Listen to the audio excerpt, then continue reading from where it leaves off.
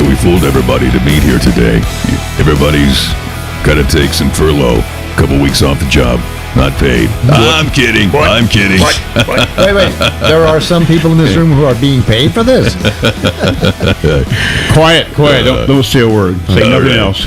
Welcome to it. It's live mics in dead air. It's our podcast, and we got a room full of radio air talent from the Wichita Falls area, Texoma. That's what we call it. So let's go around and introduce everybody. My radio right, we'll start with the guy who missed last month, actually. Yeah. And was he was away, and we made fun of him for his obsession to selfies every afternoon. And still, nobody missed him. And I wouldn't expect anything less, believe me. So, yeah. All right, introduce yourself. Tell us about you. Steve Bailey, 3 to 7 on KLUR. And then I tell you what, every day's an adventure, you know. Where are you from, Steve? Pasadena, Texas. I knew that. Yeah, you did. You can just look at Steve and tell. You know when I say that. He's from Pasadena, Texas. You know when I say that I have to add one more thing. Gillytown. There you go. Gillies. Then everybody knows. Absolutely. Yeah. All right, next to Steve Bailey, we have from Hot 103.9, DJ Sabor. That's right, Fallstown Beat Rocker. Hot 103.9. You catch me on the middays, 10 to 2. And quick, tell us about yourself. Well, I'm originally from Colorado, and for some strange reason, I ended up right here in Wichita Falls. All right, quick side note. I saw a video the other day about a Hispanic accent that's only used in Colorado and how it's starting to disappear because those people are dying off. Correo. Yeah, well, they call everything Coke over there. You drinking Really? on a Coke? That's great. Yeah. No, it's Absolutely. A&W root beer. Oh, no, it's a Coke. All right, DJ Sabor. And at the other end of the table, he missed last week, too, and we talked about him a lot in a very good way, too. Yeah, we did. We got James Cook. What is up, James? James Cook from Wichita Falls, longtime listener, first-time caller. I was waiting to say that. And a very big fan of the show. A very big fan of the name of the show. I've been talking about the name ever since y'all said it. I listened to the last podcast, but I didn't get to hear all of it. So it got taken down or something, but I'm very, very excited about being here. Yeah, we got it back up. Yeah. I'm on the Outlaw in Wichita Falls, and dad of 4. That should just give you sympathy vote right there. That right there. Take a drink. Right I've been saying it for years now, and it still makes me. Still just takes a little bit out of me. Father of 4, yeah. Father of 4. Man. Father of 4. Oh, wait a minute. Steve's over here acting like that's amateur hour. Oh, my gosh. All right. And next to James Cook, we've got Brad Austin. Bradley. Yeah, hello. I'm Brad Austin. I do the morning show. Have for the last 27 years at KLUR. I've had a whole bunch of partners. Started off with an old boy by the name of Joe Farmer, and then gravitated towards Becky Austin, married but not to each other. And shortly after that, Trista Lee, who owns a fitness gym here in town, was my partner for about 8 years.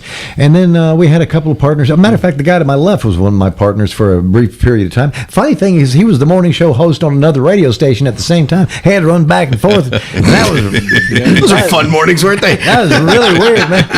I'll be there in a minute. It's a long shot down that hallway, too. Yes, and I've been here, like I say, for 27 years, and I love country music, and I love doing what we do on the morning show on your hometown station. Yeah.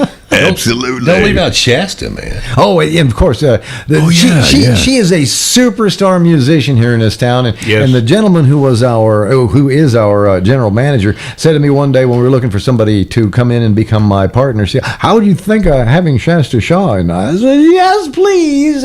Yeah. And we did the show together for about 6 months, and then she got one of those kinds of offers from another employer.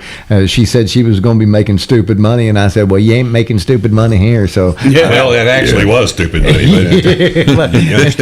it was a beautiful 6 months spent with one of the big superstar musicians here in North Texas and southern Oklahoma, Shasta. She was superb and really enjoyed working with her. Yeah. Those were good days. Those were fun shows, no doubt. And I loved it when James was rolling down to your show. That was fun. That was and I good. never went down to your radio station. I should have. I never got around to doing that. We talked about it, but yeah. Yeah, we loved you out there. And then you know what? And there was an old gal that was in here with us, and we're not going to talk about her. not unlike the villain in the J.K. Rowling movies. She who will remain nameless. Yes, I like it. I like So it. great for a laugh. That's good. And right next to Brad, we've got Jimmer. Big Jim. What's up, Big Jim? I'm strictly here on the supervisory cast. Okay, I'm an observer. Call me an intern. That's what I am. Yes, I'm learning about this radio business. I'd like to find out what you know, so it might make me a better employee once I get on the payroll. You think you might have a future in this You've business? got to be willing to work with me, though. Yeah. Okay, you know. Well, never mind. I'm leaving. There you go. As a matter of fact, And they see ya. and they said it wouldn't last. And they were right. Yeah. I'm Big Jim. I've been around forever, and I'm on from 10 to 3 every weekday at 99.9 KLUR. Riding on the horse that I helped put the saddle on many years ago. I like that. That's good. That's true, too. I like it. We're all radio people in here. We all do radio, but we've all been involved in other things. Last week we were discussing James in detail. Now that James is here, we can let James chime in and give us a lot of insight into what we were talking about, which was doing radio, being a musician, traveling, all trying to work all that into your life. 4 kids. All right, James. Right now, it's tough. How do you do it? Well, wait. Before you go into that, there's been a lot of disc jockeys that have been musicians, Yeah. but they haven't been full-time musicians Right. while they were on the radio. Yeah. It's a lot of organization, and right now it's also saying like, what am I going to focus on hardcore right now? Because you can, just find different times. And during the summer, it is the family, it's my kids. Because throughout the school year, I try to be there for them, but they're at school, they're hanging with friends. So right now, it's a little bit more focus on them, and then just kind of figuring out throughout your day how you focus on what time of your day you're focused on what, and how much effort you're giving into each one of those things. Medication. That's been a lot of help. Like any way that I can get help with that, that's always awesome. We talked about that earlier. Yeah. So That's why you're always in them states, right? Those certain states. yeah, That's it. I'm in a Yeah. state of Oklahoma right now. As opposed to a state of confusion. Yeah. But yeah, I guess it just depends, and what time of day it is depends on what I'm focusing on, and I thought you and had to also be- if you incorporate all of it together, because like the fact that I'm playing music in the Texas country music scene means that last weekend we did a show at the Mesquite Rodeo with Kinfo. And while I was there, of course, I'm going to ask him about some of the touring that he's about to do, so that I just go back and say, like, hey, they're about to do this big tour with Jarrett Ray Reddick, who's from Wichita Falls also. And so right now it's really good because I kind of get some inside scoop and scoop that I'm not allowed to say on the radio. That's always cool. But yeah, that's just after a while, I figured out a balance for it. It was not easy at first, and it was very hard, and I was very stressed out. Okay, but what most people I think are interested in is, how did you make it?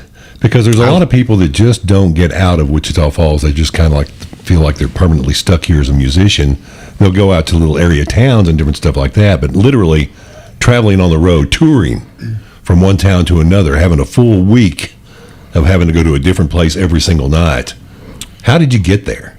Those are slow steps, and I think it's because of now. Whenever you're doing the radio station, you're always supposed to open yourself up to the universe and the things that are around you. Well, I just happen to be around a bunch of musicians so you learn about shows, venues, places that you try for. So I go home and I take whatever notes I've learned, and following the artist also means knowing where they're going to play and staying focused on what you're doing as opposed to where you want to go. I think that's the biggest, maybe a problem of mine, but I find comfort in, am I doing the best work for these next few months with what I've got in front of me? And do I have the best ammo? Am I writing the best music? Because you're having to deal with music management, stupid stuff like merch and online and social media stuff. So all of it becomes a pattern. It becomes just like a kind of a work ethic that you just do. You just kind of have it laid out. I have a little to-do sheet throughout the week, and it helps with growth, and it helps with where I want to go next. And also finding comfort in where I'm at helped a lot, because a lot of times I'd be like, I'm still not where I want to be. It's like, well, do you like where you were as opposed to 3 years ago? Yeah, I love where I'm at as opposed to 3 years ago. Well, good, buddy. Keep focused and just keep the path that you're on. Also, getting out of town, I think the best advice I ever got was with Eric Willis. I played a show with him, and I remember saying, like, man, I wish I could play out of town. And he gave me the best advice ever, which was, you should just play out of town. And that was it. I was like, oh, you're right. I probably should just try to book a show. And a lot of people think, well, I got to take time away and I got to do this. And after a while, it becomes a mentality that happens with you. You're leaving town. You don't mind it. You don't mind hitting the road. You don't mind the long drives. You don't mind the Allsup's food. You don't mind having to stop at a hotel as opposed to a restaurant in order to go to the restroom, because you know the restrooms at the hotel lobby are a lot cleaner than the ones at the restaurant. So you learn this stuff, and then you just kind of incorporate in your life. And then you have to have a family that is willing to not see you for a few days, and then whenever you get home, you have to make family count. You have to have a wife who is going to say, yeah, I don't mind you be gone for a couple days. So yeah, I'm just lucky enough to hit all of that. I don't know many people that could hit it like I do, and I'm very fortunate and very grateful for the fact that I get Well, they appreciate your love just for the creation of music. You love to create music. You love the wordsmith of lyrics, and getting your attitude, your personality, your experiences across to other people in song. Yeah, and honestly, I think it was once I realized, well, you're going to do that no matter what you do in life. Like, you're just always going to write, and you're always going to want to. When I was in high school, it was a form of therapy for me when I would write. So, and it just kept being that. So, I give people beats to dance to my misery. Here's my trauma. Here's my darkness. And I put a good beat to it so you guys can dance, suckers. Well, you're certainly fun on stage. I know that. I watch you. You're entertaining as heck. Yeah. You grow up with Elvis and Chuck Berry. And you want to shake, and Prince, and you want to shake your butt. And what's the biggest success you've had as far as a song release? The We Both Know Better was the biggest one. And that's on charts and other people recognizing it. But then, it depends on what it is, because on Spotify, I released a song and I didn't really get much radio. I got some radio play, but it wasn't released as a single. It was just something I released on my own, and it's done very well on Spotify. And I couldn't believe it, because it wasn't something. It was more for me. It was like a song that I was like, I want to write this song, and I don't really care. Foolish and Despised? No, it's a Pistola song. Oh, really? That was it got up to number 60 something in the charts, but I never tried to chart it. I just released it. So that one did well, personally well. The other one did well, because it was a whole push and behind it. But it's you take moments, and those moments become the best part. Like tomorrow night, my favorite music is Oklahoma music. I love the guys from Oklahoma. I love Texas music, don't get me wrong, but people from Oklahoma, they write some real stuff. Yeah. And tomorrow, I'm doing a festival where... They also roll their joints too small. Little Oklahoma reference right there. Yeah. I don't know nothing about it. Oklahomies out there, get that one. That's my number one complaint.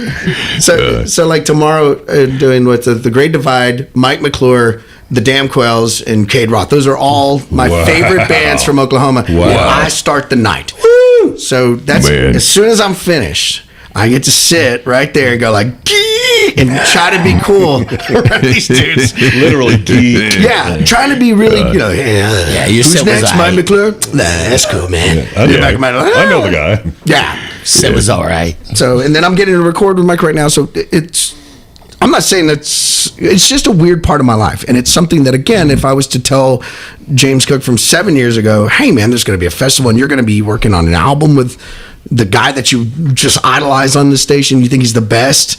I'm high-fiving that dude right now, 40-year-old James. Wow, that is cool. Way to go. It's like that story we saw on YouTube of Christopher Cross, who was opening for Led Zeppelin and got to hang around backstage with Jimmy Page. And you're like, No, really? What, the Christopher Cross? Yeah, that Christopher Cross. Yeah. That must have been a crazy night. Yeah. He was on an interview, and the guy was asking him about his early days, and he said, well, in Texas, in those days, when you toured, there was a state law that required that one of the opening acts had to be a Texas band. And they had a band in Dallas. And when Zeppelin came through, they were the band that got hired to open. Well, remind our listeners who Christopher Cross is. What songs did he have? The big one, I guess, is Sailing. Yep. And what was? Oh, there's another. Arthur's theme. Run Like the Wind. Run Like the Wind. Yeah, that's Did he a great do the one. theme for The Greatest American Hero, too? The TV show. I don't know. He may have. I think he did. Okay. Arthur was a great American hero. We've just No, he said- did not. You're shaking your... Who was it? Do you know who it was? I don't remember, but it wasn't Christopher I Cross. could have sworn it was Christopher Cross. Well, see, that segues into where I was going to go with all this today. I got to thinking about some questions for you guys, and since we're on Christopher Cross, the guitar solo in Run Like the Wind? Ride Like the Wind. Ride Like the Wind. Ride Like the Wind. You can barely hear it in the mix, but it's there, and it's awesome. It's unbelievable. Let's talk about some music. Guitar solos. You don't hear them a lot in rock music anymore. Where'd they go? I don't know where they Why went, not? but since you brought this up, I'm going to say what is the greatest rock and roll guitar solo of all time, and nobody else will pick this one because there are more flashy ones, Eddie Van Halen and Beat It and everything else he ever played. Sure. But the greatest rock and roll, as I call it, lead solo is Eric Clapton's from Wheels of Fire, the song Crossroads. Yeah. And there's an interesting story about Eric Clapton and Crossroads.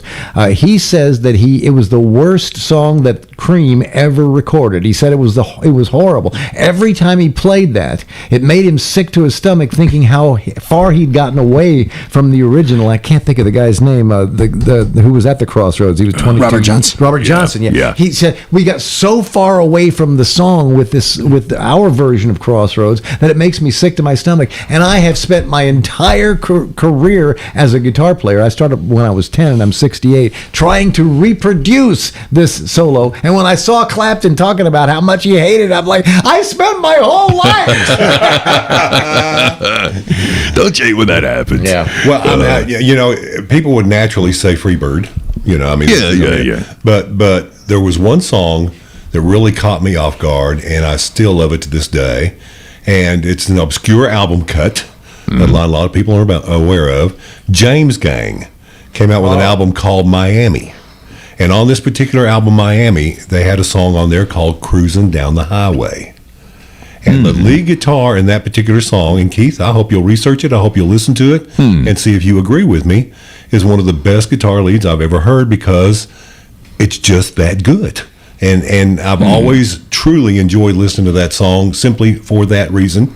Was this James Gang, Joe Walsh era?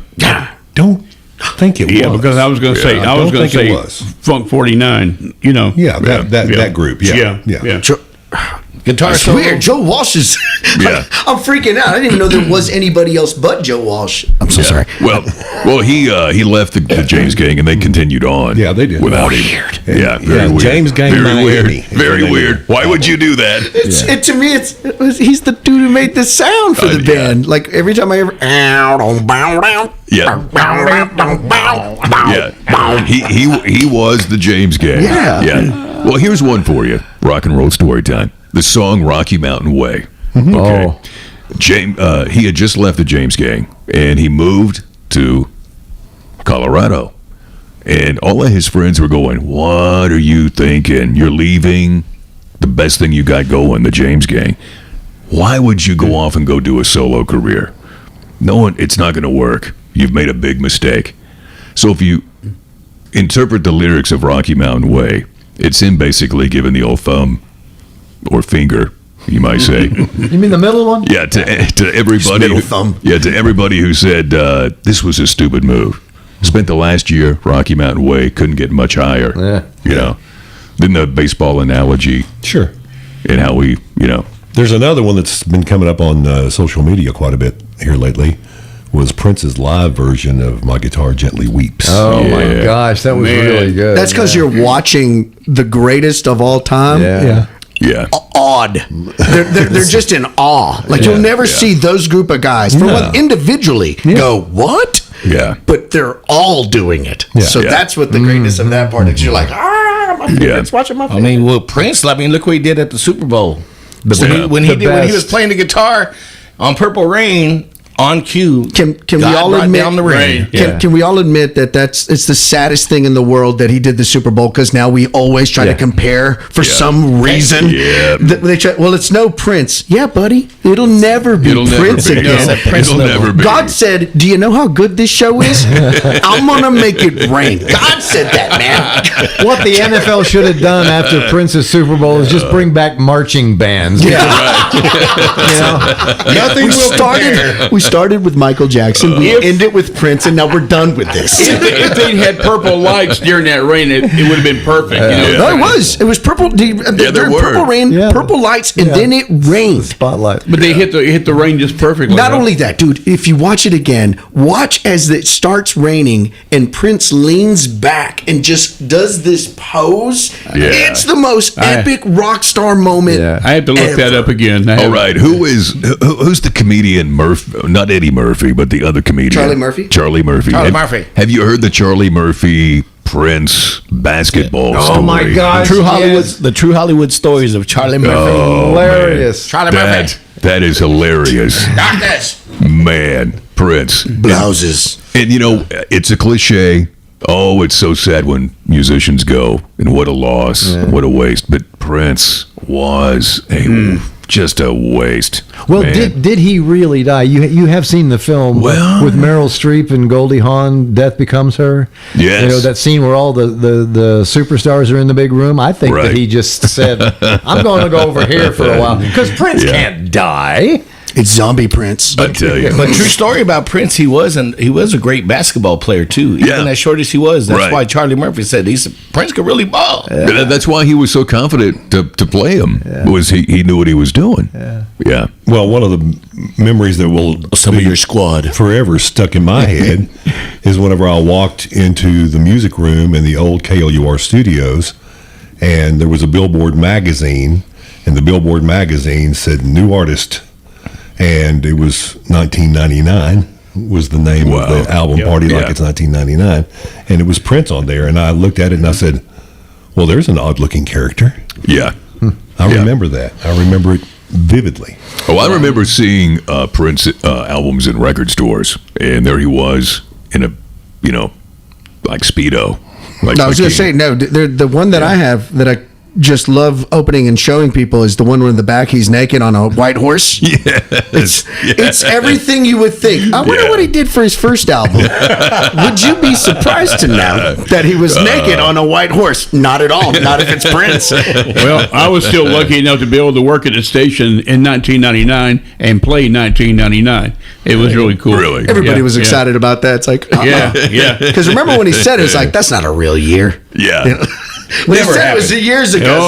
It was so far in the future. Yeah. 1999. See, yeah, I remember when that album came out, and 1999. Oh man, Well, his analogies. way in the future. I mean, his analogies of everything was sexual. I mean, it's just Little Red Corvette. I mean, you listen to the words and all that. Yeah. I mean, it's just exactly what's happening. Yeah. So I like Prince. Little Red Corvette inspired Stevie Nicks to write. Oh gosh, It's the Stand song Back. just like- I think Stand Back was the song. I think. Oh, okay. Yeah, but Prince. What a waste. I was never a big Prince fan until the Purple Rain movie came out, and I had to go to it. Kind of forced into it with a group of people, and I was so impressed. As a rocker, I was like, "Damn, look at that." Guy's amazing. If you want to see Prince and really appreciate him, look up the very first time he appeared on American Bandstand with Dick Clark. Dick Clark did not know what to do with Prince. Right. And Prince knew exactly what to do with Dick Clark.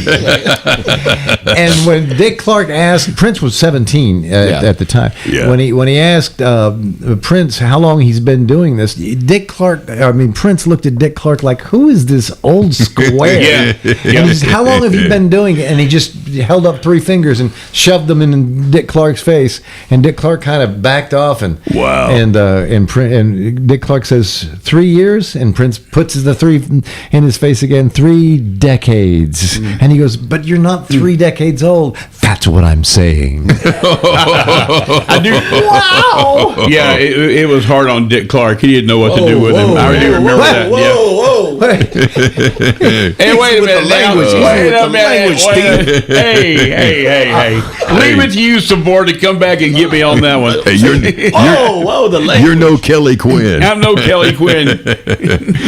Only on weekends. I might, There you go. Yeah. Well, I saw you in that little outfit. Yeah. Speaking of American Bandstand, a couple of weeks ago, up in the lobby, we were searching for something on YouTube, and we came across some old American Bandstand episodes. Whew, man, we have come a long way. Amazing. What got me was not only the music, but the clothes, and how the clothes have just over the years changed. In the 70s, the platform shoes. We were looking at the leisure suits. Who wore leisure suits in this room? I sold them, and Montgomery's men wear, but I never put one on. Well, I was no gonna say, way in hell. All 3 of us on KLUR. I mean, we were right there in that range, and I wore the bell bottoms. I did wear the leisure suits. Yeah. I did have a Nehru jacket. Nehru, yeah. Oh, the Nehru, yeah. little square. Yeah. See, in the 90s, I was buying this stuff off of like Goodwill racks. Yeah. Exactly. And I remember walking around going, man, they must have had some hella Coke back in the day, because look at these clothes. You'd have to be pretty messed up to say, this is going to be a good night. You got a bigger heel? I need the one with the aquarium on the bottom. Well, by the Man. way, do you know that Dick Clark, of course, he never had the Beatles on, and the reason he said was, he says, it's British, and he wasn't ready to deal with British. The Beatles being the big band from England. Well, that sounds a bit racist to me. Especially on American. That was the reason he said. Barry Gibb sitting there going like, that's not good. He made a statement one time, said that American Bandstand did not need British acts on the show. Well, and later on he still did. But Was Rolling Stones never on American Nah, I think it was Bandstand? just No. Come on. I'm not trying to say anything about American Bandstand, but Stones aren't going to, they didn't seem like a band that take a couple of minutes to go play some music for teeny boppers. I'm too busy selling out these arenas, son. This is a guy named Dick Clark. Yeah, this is for bands that need a little bit, like the Sugar Hill Gang. Don't you even guys start come on over here and show us what you got. Well, I used to watch Bandstand, and I would say to myself, they're lip syncing. They're lip syncing. That's not live.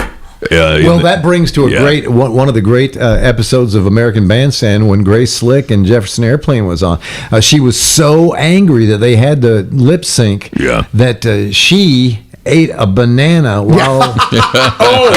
Mamas and the Papas did that too. Did they really? Yeah. Michelle did it. Yeah. But I don't know who did it first, but Grace, let me just put it this way. I thought Grace Slick was pretty attractive. And when she was eating a banana, very suggestively, I was thinking, this lip syncing thing is not so bad after all. Do you remember on the variety shows, they'd have a band on, ladies and gentlemen, the Cowsills, and they'd be playing their song. And I don't know about you guys, but I think to myself, man, they're good. It sounds just like the record. Yeah.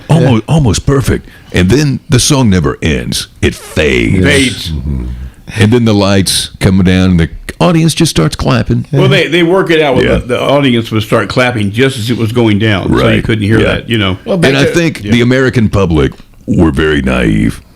Most people didn't connect. They didn't know. They didn't care. And but you could never do that today.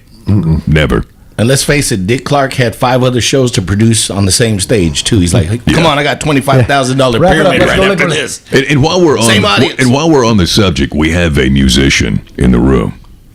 What's your take, James, on this whole taped live performance stuff? Motley Crue gets it. Kiss has been accused. Blah blah blah. What's your take on that? I guess it depends on where it's at or what it's like. Because on SNL, no. The Ashley, I think that's Milli Vanilli and the Ashley Simpson thing are the reason why it's got such a bad, taste in everybody's mouth. Yeah. And the reason why you don't want to do it on SNL is because I can tell you 5 of the greatest performances from some of my favorite bands, and they were SNL performances. Yes. Something about that stage, something about the history makes musicians just want to rock and just do their best job. So for someone to come into that territory and lip sync, yeah, man, that's pretty messed up. Sometimes though, I'm like, okay, like I've seen an artist, they'll be dancing and jumping up and down, and they're like, I think they're lip syncing. I'm like, I hope they are, man. They're out of breath. Look at what they're doing. So I can, but some of them still sing. You can see them like getting off of whatever. They'll maybe have a harmony vocal track in the background. Yeah. I guess I don't really care, because if it's a pop band, I kind of see it coming. If it's a rock band, that's weird. What do y'all got your guitars in your hands for? And if it's a cover band, it's normal. Yeah, just put the track on and get it going. All right, here's one for you, James. I am not at all familiar with the band, but I see their clips on Facebook constantly. Paramore. Okay. Oh yeah, they're good. Yeah. Now, is she lip syncing? Paramore. So I don't know. It depends on what you're looking at, but I've seen her live, and no, she's incredible. She's just phenomenal, because the way she talks to the audience, because they have a great following. I mean, a phenomenal group of people that follow them everywhere. So, and it's because I think she's somebody who's online getting real with the people. So the last thing she wants to do is give them a fake performance. Yeah. Well, there's a lot of dancing and choreography with her deal, because I've seen her do the same moves show after show after show in clips, and I'm like, well, I wonder. The one that surprises me is Pink, at least to my knowledge, is singing live. Yeah. She's doing flips at 100 and something feet in the air and like floating through the air. And also, she's around my age. You can stop doing that at any time. We get it. But yeah, she's still on it, and she does a magnificent job. I guess it just depends on what you're looking for in the performance. If you're just looking for a fun show, I don't see the harm in lip singing. If you're looking for somebody who's actually talented, you want to see them perform and do their best every night. Yeah. And when they mess up, you're there with them. You don't mind that they messed up, because it's a real live performance that you saw. Yeah. Paul Stanley was saying that they have backing vocal tracks that are, in his words, backups in case there's a problem. Yeah. But there was a lot of use of those backups on their tour. Well, I remember the weekend when he was playing in SoFi. His voice cracked, and then in like a couple of he tried to sing a couple more verses. He just says, I can't do it. He says, my voice is going out. He says, I owe this to you. He says, I will refund you. We'll do this again. And he made up that date later. Wow. Who is it, Luke? He just said, hey, I'm not going to do this in front of 100 and something thousand fans. He says, you know what? He says, my voice is going out. He says, it's going out. I heard it on these notes, and he hits one of them high notes, and so he just made it up. That's pretty cool. Was it Luke Combs? Is that the country singer? Luke, same way. He did a show where his voice was going out, and he got in front of the audience and said, hey, I'm going to let y'all know, this ain't a regular Luke Combs show. My voice is killing me. He goes, but y'all paid money. All of you get your money back. Wow. But I'm still going to put on this show. And he still did it. And you can kind of hear some mess ups. Yeah. But like, no one's forgetting that show. No one's ever going to forget that. I got my money back somehow. And that dude just plowed through. To me, the imperfections are the nights that are a little bit better, the moments that you kind of experience. You know, Van Halen did that in Dallas. In the Sammy days, they were supposed to play a show in Dallas. Sammy's voice was crapped out. And about 3 songs in, they ended it. And from the stage, Sammy says, hey, but I promise we'll come back and play a free show.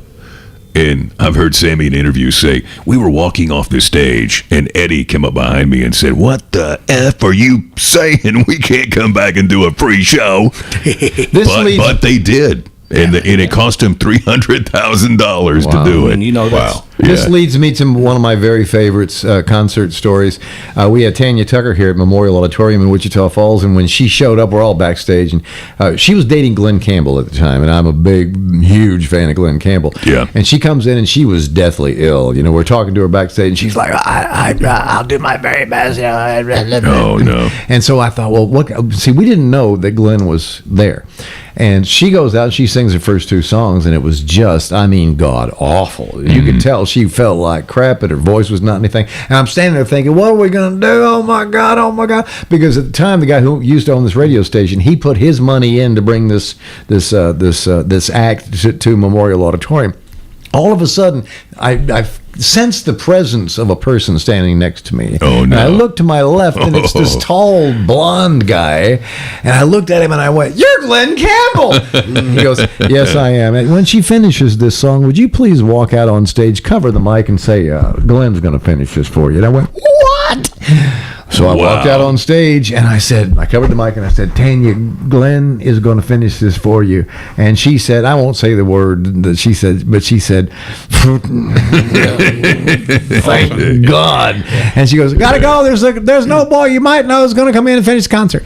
And Glenn Campbell, standing there with his Ovation round back guitar strapped around his neck, he looks at me and he gives me the high sign. He goes out there, finishes the show, does some Tanya Tucker, but mostly does Glenn Campbell. Not one single person there was the play. I can't remember how many does Memorial Auditorium hold? 5,000? 1750. 17,500? Mm-hmm. Okay. No, 1,700. No. 1,750. Yeah. Every single seat was full. Not a single person asked for their money back because they got a free Glenn Campbell show. bet. Well, oh my God. Glenn Campbell's solid perfection. I mean, guitar, singing, whatever. Oh, yeah. You know, he absolutely was. Well, he came in like a rhinestone cowboy. Yes, he did. Like a.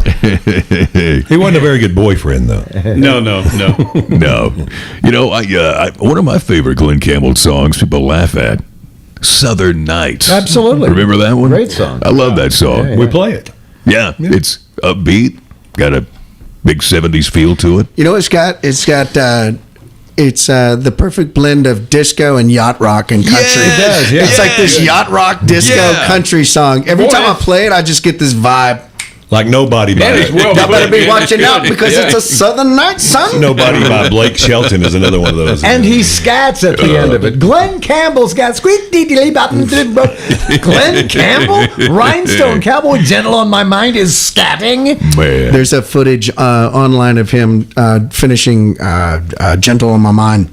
Whenever he's done with it, like this Johnny Cash, Willie Nelson, it's like a who's who of country artists in the early 80s. It's insane, the lineup, and they're all sitting there in the song swap circle, and he's talking about I think this is probably a little bit later 80s, because he says, I just got back from an Australian tour and Roy Orbison just passed away, so I put Crying in the set list, and right when he says it, they all just leaned back and went, "Oh, Roy." And then he just starts playing it, and every single person starts singing the cry. It's the most magical thing, because you realize it's one of my favorite songwriters and one of my favorite singers, sung by all of my favorite country artists from the 80s. It's a really, I don't know what this is, but it's online. You check it out. It's amazing. It's one of my favorite things Glenn Campbell ever did. That's a great guy. He had his own variety show. I mean, he's great. It was a great I haven't show. seen that, but just by your description, that's a magic moment. I could just And when you watch it, you're looking at Willie and you're looking at John, and you're just seeing them going like, man, this sounds great. It's a swap. It's a beautiful moment. I posted a video on my Facebook the other day of Willie. And who was the guy that played the fiddle, the Cajun guy that was so nuts crazy? Doug Kershaw. Doug Kershaw. Oh, that was a great video. I'd never seen that before. It was really good. And then Waylon walks out. Yeah. And I loved how they're all giving each other the eye back and forth. I mean, it's like they all know this is amazing. Yeah. You can just tell. Wow. When Doug, Leon Russell was singing. Yes, Leon Russell. And Leon was wasted. He was so drunk. He's like, some people got to drink, and I just figured I'd be the one to do it. Yeah, did you see Willie in the background like going? Yeah. When Doug Kershaw got wound up, man, he was a madman. Yeah. I mean, he could play. That's why they call him the Raging Cajun. Oh, man, he was something. Diggy, leggy, lie, diggy, leggy, low. Yeah. Well, there was an embarrassing time, though, when Doug Kershaw came to Wichita Falls for the Cajun Fest. All right, here we go, ladies and gentlemen. Big Jim with a KLUR story. How ironic. He was booked, and everybody was so excited, and there was a huge crowd out there, and they couldn't wait to see him. And he was wearing big bell-bottom pants with a lobster on the side sequined, And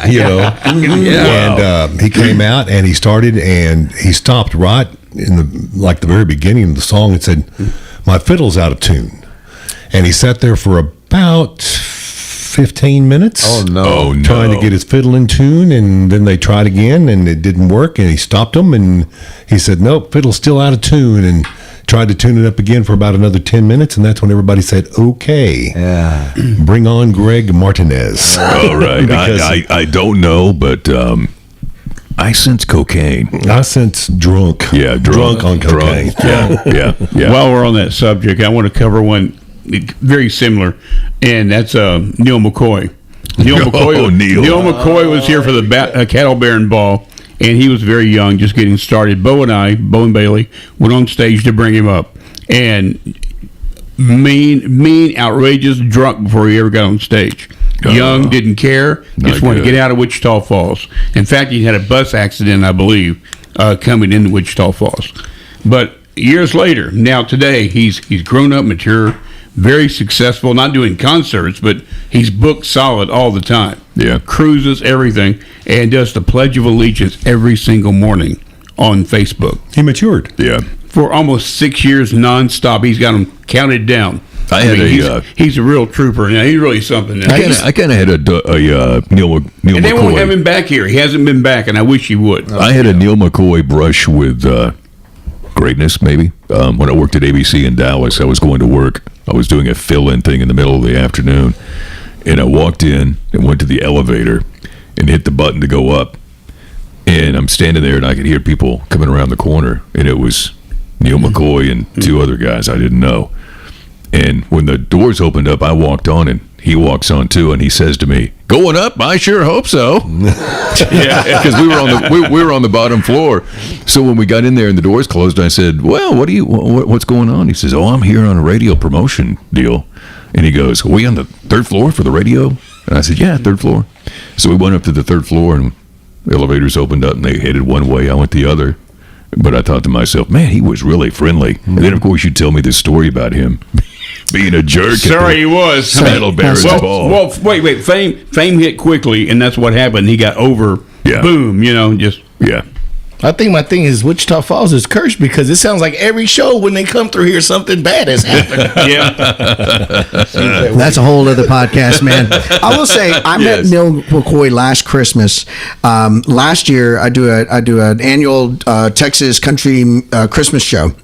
Radio show, and I was doing the show, and I wanted to meet up with my co-host for Corliss in Fort Worth. I got invited to the Cook's Children's Hospital to go out there, and Corliss's father had passed away that year, and her father was a huge Neil McCoy fan. She would constantly talk about it, and I saw Neil McCoy, and I was like, holy crap, she hadn't seen him yet. I turned the corner, and he comes, he just looks at me, and I'm looking at Neil McCoy. There's no mistaking Neil McCoy, man. Right, so I'm looking right at him, and he goes, "Hey, I'm Neil McCoy." And I was like, "Of course you are, man." I took his hand, and then I go, "I've got somebody who will cry right when she sees you." And I knew that she was like a little bit behind me. So I got my phone. I got this all footage of it, but I got my phone out, and he looked at me kind of like, "What's going on?" And I just started recording him, and then I turned slightly, and then you just see Corliss going, and then she held him for a while. He had no idea why she was bawling so much. She's a fan. That's what he thought. And then she whispered, "My dad just passed away, and he would sing me your song every night before I went to sleep." So it was she freaked out over him, and he was so nice. And we did this great interview with him afterwards. And yeah, man, people coming to Wichita Falls, sometimes they might be in a bad mood. I think a lot of times they're also, this is a pickup date sometimes. Yeah, a lot of times it's like, well, we're just plowing through. Yeah, and they might not want to be here to begin with. Doesn't matter what genre. Let me do one more real quickly on Neil McCoy, and we'll get away. Way before he was famous, my nephew and I were in a little club in Longview, and he was there doing a show with his band, and he came out and actually would sit with people in between breaks. He sat with us, bought a beer for me and Ben, my nephew, and I don't drink beer. And he goes, "You're not drinking your beer." And I said, I don't drink beer, but thank you. He goes, "I spent money for that beer." I said, "Well, you did." And he goes, "Give me the beer." Because he goes, because I know how to drink beer. Obviously, you do not. And I said, "They're drinking my bourbon and Coke, and he has beer, and yeah." That's why you don't like him. Yeah. Man. Well, Sabor, have you got a artist story to roll out? I mean, come on, you've got to have one. Okay, we had a concert at the KYC. The promoter rented it and all that. We were gonna have I believe it was Scarface and some other artists from Houston. So they're en route from Houston. So it's time. We're already starting. We have the opening DJs and stuff, and our opening acts are starting. Promoter gets in contact. They're on their way to Wichita, Kansas. Oh, no. Oh, No way. Oh my! So they had to turn back around where they were at. And they were coming back. Make a long story short, I bet they were in a bad mood when they got the promoter, here. since we only had till like midnight, the promoter had to pay so much money just to keep it open again for about another hour. Oh my! But they did come in and just did set, and they rocked it. But man, yeah, and nothing worse, when you're hosting it, have to go in and the crowd's energy and all, yay, and then after a while, like, I don't want to go back out there. Yeah. man. How long is he coming? Well, I've got my own Hot 1039 artist story. I don't know who this band was or who this group was, but they came into town and they came up to the station to do an interview on Hot. And their shtick was that they wore like pajamas and like robes, like sleepwear. Oh, it's probably Pretty Ricky. All right. Well, that's what they were dressed like. They were dressed in like nightwear, like they were going to bed. That was their deal. That's when he's the most pretty. In case someone who's listening doesn't understand, all four of these radio stations are in the same hallway, under the same roof. So that's why you were there for that. Right. So I don't want to think it's a pajama bunch. Yeah. Well, so these guys all come in and it looked like a pajama party. They come in here and they go back and they do the interview, and I think everything's cool. And they leave, and I think they're heading to the venue. The next day, I come to work and I check my email or my voicemail, and there's a message from some woman, and she says, "I don't know who I need to be talking to, but this hip hop band is in their pajamas rolling doobies on the trunk of their limousine." That's the most baller sentence I've ever heard in my life. They were On his limbo. They were in the parking lot of, I guess, a 7-Eleven, and they were openly rolling joints on the trunk of this car in their sleepwear, and apparently it was drawing a lot of attention in Wichita Falls. And so Can't imagine why. So I thought, well, that's crazy. Well, later that day, I got another person calling and complaining about it, and I'm like, step back, it's okay. They were from out of town. You know that the police have a number 2, right? Like, if you really, what did you think? What kind of authority do you think I have? Why are you calling me? I guess they must have heard them on Hot, and I guess, and you know, James, how it is. People love to just complain, and we will sit and listen to them because they call and they want to vent. So I'll let them vent. But it was hilarious. You're right. It was a very. But you know what? Thing. You can get your best show prep from that. I mean, that would have been my whole show. I would have just played that call over and over again. Well, and I'd be like, if you guys are in the area still, please bring that limo back. Well, here's one for you. I had to come by the station years ago. It was about 9:30 at night. I had to come by and get something. And as I went in the studio, I looked and I noticed the hotline was ringing. And in this business, when the hotline rings, that could be very important. So I'm like, oh, damn. Okay, I'll get it. So I answer. I go, hotline. And the person goes, hey, what's up? I go, nothing. What's up? And he goes, Ludacris on the phone. What? I'm like, Luda? Yeah. He was calling for Don Amici to do an interview. Oh, man. And I answered the phone and said hello to Ludacris. Yes. Yeah. Damn, I'm cool. You should have acted like you just knew him. What's up, Luda? You know. That's what I should have done. I would have loved just a whole conversation that you recorded and be like, what's up, Luda? How the kids? that would have been good. Getting big. Oh, man. Yep, Ludacris on the hotline. That's hilarious. It was great. There's a lot of cool people that's come through. Mike Jones, he's Mike Jones. He had his own phone number where he was giving out the number. It was actually a real number, but when he started flipping houses, he actually started living in Dallas. So he used to give us calls and say, hey, is it cool if we come by the studio, but we're not going to let nobody know that we're coming to town. We just wanted to come by and let you hear some of the artists that we've got and some of the tracks and get your feedback. So we'd have a listening session right here. Yeah. That's cool. Right here where we're at right now. I don't know if you smell any funny stuff on the mics. That's because when they come into the parking lot, they're like, it's a lifestyle. I was wondering why I was getting hungry for a Kit Kat bar. Go. All right. I think we do have something in common, though. What's that? We both interviewed John Kay, I believe. No, I didn't. You did not? Tim McMillan did. Oh, okay. And he did it for like 40 minutes. Yeah. Yeah. It was a great interview. He's easy to interview, real easy. Well, the part that sucked was that we were emphatically told by the Junior League there would be no radio interview with John Kay. But when John Kay walked out of his trailer, Tim ambushed him and talked to him for 40 minutes. We got him in person. I had a phone. It was a phoner. All right. Yeah. One more, because when you said guitar solos, the Eagles, can't tell you why. Oh, that's a good one too. That's good. Hey, it initially started with a conversation of why aren't there any good solos anymore? And I think I could be wrong, but I think I know what it is. Pop music, country music, most music today, it has a live band and then it has a studio band. Right. And you're getting a studio musician who doesn't know how to take risk, who doesn't really have anything to prove to, doesn't learn like a series of songs and then tries to give you this signature lead. They give you what you know is going to do well. The reason why I know this to be true in country is because when I was on the station with KLUR, I wouldn't know much of the music at first when I was I worked there. But there was always a moment when I'd look up and I'd say, that's Brad Paisley.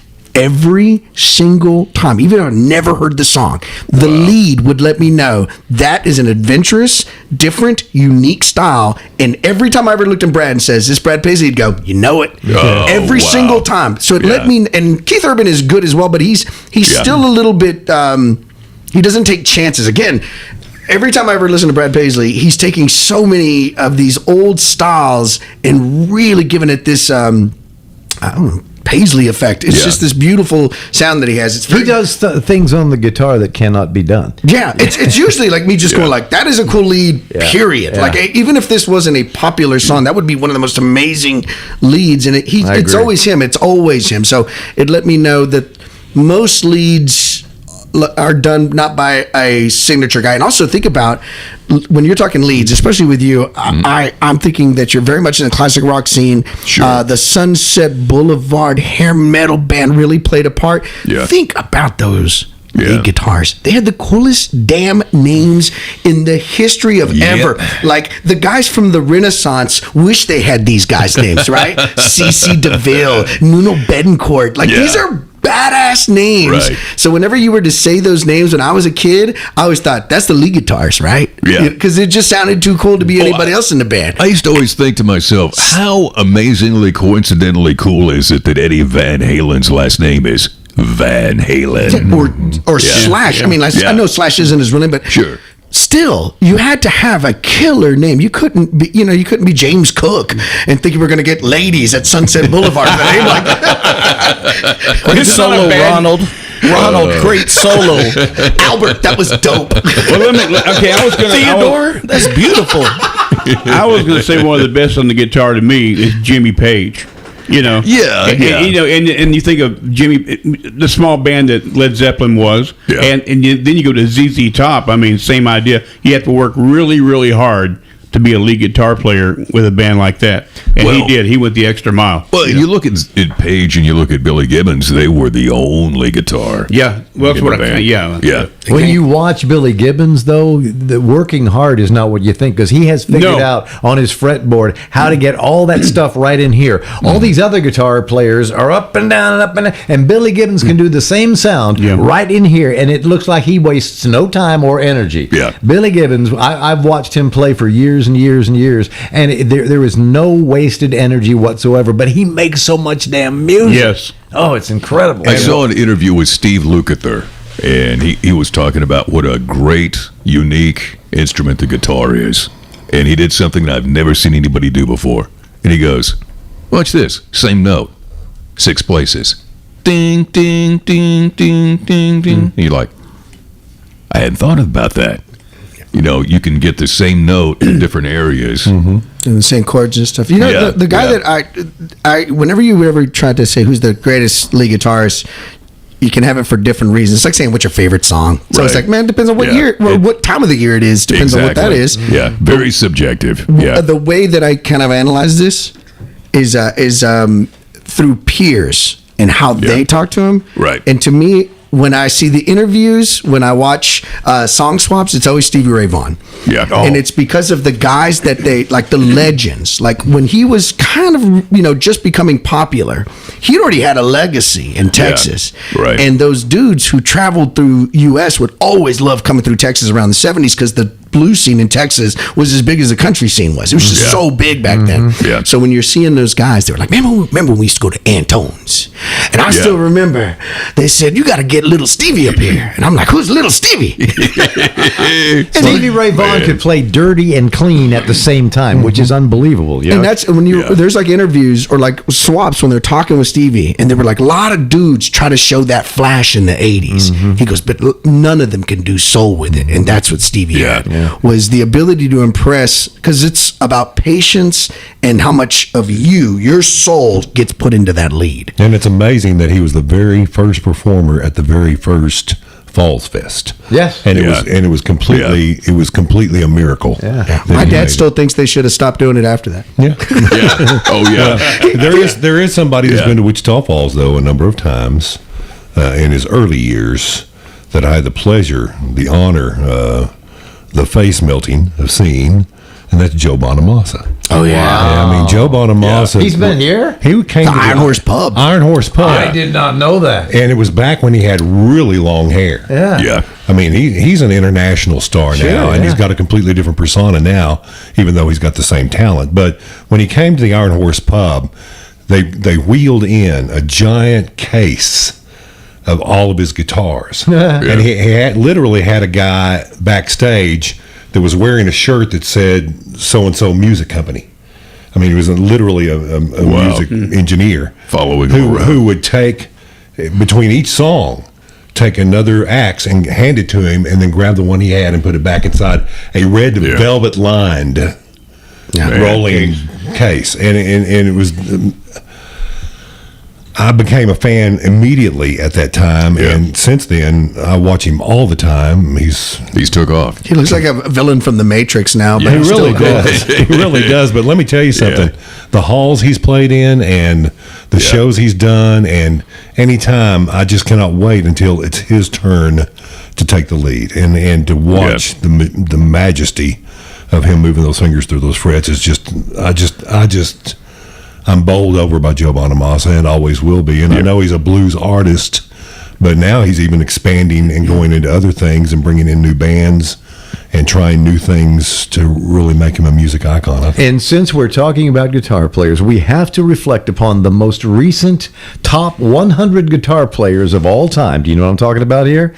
It came out a few weeks ago, and the number 5 greatest guitar, I'm not making this up, the number 5 greatest guitar player in the history of guitar, according to this list, is... Are you ready for this? Taylor Swift. Is this Rolling Stone? This is Rolling Stone. Yeah. Oh, it was Rolling Stone? This top thing? Yeah, because it was a when bunch I of saw crap. that, I was like, are you kidding? They do this by the stuff way- in order to make us talk about it. That's another whole really serious about that. That's another whole subject, by the way. Rolling Stone has just changed so much through the years. Yeah. I mean, the To history put of up the Rolling same- Stone magazine, we just... It's not the same Rolling Stone. Well, I mean, I think the problem is it is the same Rolling Stone. The problem is if they put, here are the greatest guitarists of all time, we'll skip it. Why? Because we already know who the top 5 are. Good Right? point. If they're going to put somebody new, this time, hey, check out what I'm doing, Bob. I'm going to put Taylor Swift's name right here. If I'd have known Tell this- me they won't be talking about If this. I'd have known this was a Rolling Stone thing, I wouldn't have even brought it up because I think Rolling Stone has lost every bit of credibility they've ever had. Well, once upon a time, it was a newspaper. It was in a newspaper format. Yeah. When they went to the glossy magazine format, I completely lost respect. like a lot for of it. magazines have, Yeah. you know? Yeah. Let's not forget 1994 Janet Jackson's cover where she's that unfortunate wardrobe malfunction. That was a beautiful moment. I'm sorry. I was a fan of Rolling Stone magazine in the 90s. And sadly, I was a Janis Joplin fan, a big fan of hers, man. I loved her. I love Janet. Yeah. But I think Rolling Stone a lot like when they give the list, it's usually the same list. We kind of argue a little bit. I mean, it's usually the same guys, right? I mean, Stevie Ray Vaughan, Jimi Hendrix, Page is always up there. Billy Gibbons, if he's not, he should definitely be in the top 10. He's without a doubt one of the top guitarists of all time. Yeah, you're right. It was chunked in there, but still, that's so sacrilegious to put her at number 5 too. I guarantee you, even Taylor Swift's like, this is stupid. Oh yeah, like I'm sure she knows that's dumb. I'm not a lead guitarist. I hope she called him. Yeah, he's like, what? All you're doing is bringing hate my way. Stop this stuff. There's plenty for them to hate me for. Don't make this be one reason. I was so excited to work in Port Arthur. That was Janis Joplin's hometown. To find out she hated her hometown. She did. Just less than 2 miles from her home. You know where I worked. She was a little girl. She used to play football. Yeah, she used to play. No joke. I heard this story. She used to play football with the neighborhood boys, and I did not know. One boy would tackle her pretty hard. Do you know who that boy was? No. Jimmy Johnson. Oh, no! Swear to God. Yeah. How about that? That is the best story, man. Yeah. And now you know the rest of the story. Yes. Yeah. Man. Well, it's the same thing with the inductees into the Rock and Roll Hall of Fame. It is. It is. You have expressed on numerous occasions your disgust. Well, it's not. I think those artists may have a place in a Hall of Fame. Maybe not the Rock and Roll Hall of Fame. Shouldn't there be a pre-criteria that for you to be in the Rock and Roll Hall of Fame that you perform, I don't know, rock and roll? Yeah. I think they let that go like forever ago, though. Yeah, and I think a lot of it has to do with the fact that they're just trying to get younger people interested in the Rock and Roll Hall of Fame. I think what they should have done is what they think there's just labeling wrong, because you can just argue. Now you're arguing just with what the title is. Yeah. If you'd have just said pop music's Hall of Fame, pop music Hall of Fame, then you could throw in Beastie Boys and nobody gets mad, because it's whenever somebody gets mad about that, my generation goes, well, they're freaking amazing. They changed the face of music. My dad was freaked out by them. My dad thought that was the coolest damn thing in the world when he heard a Zeppelin riff over white boys dancing. White boys rapping. But what's more rock and roll than the Beastie Boys? I mean, so that's an argument. But then you get into LL Cool J. Where did he fit whenever he bought popular music? He does not fit. That's what I'm saying with rock and roll. But let's face it, that category is not just the Rock and Roll Hall of Fame. No. It should be just pop music Hall of Fame. I can dig that. Yeah. And that's the mentality. That whenever I see the names,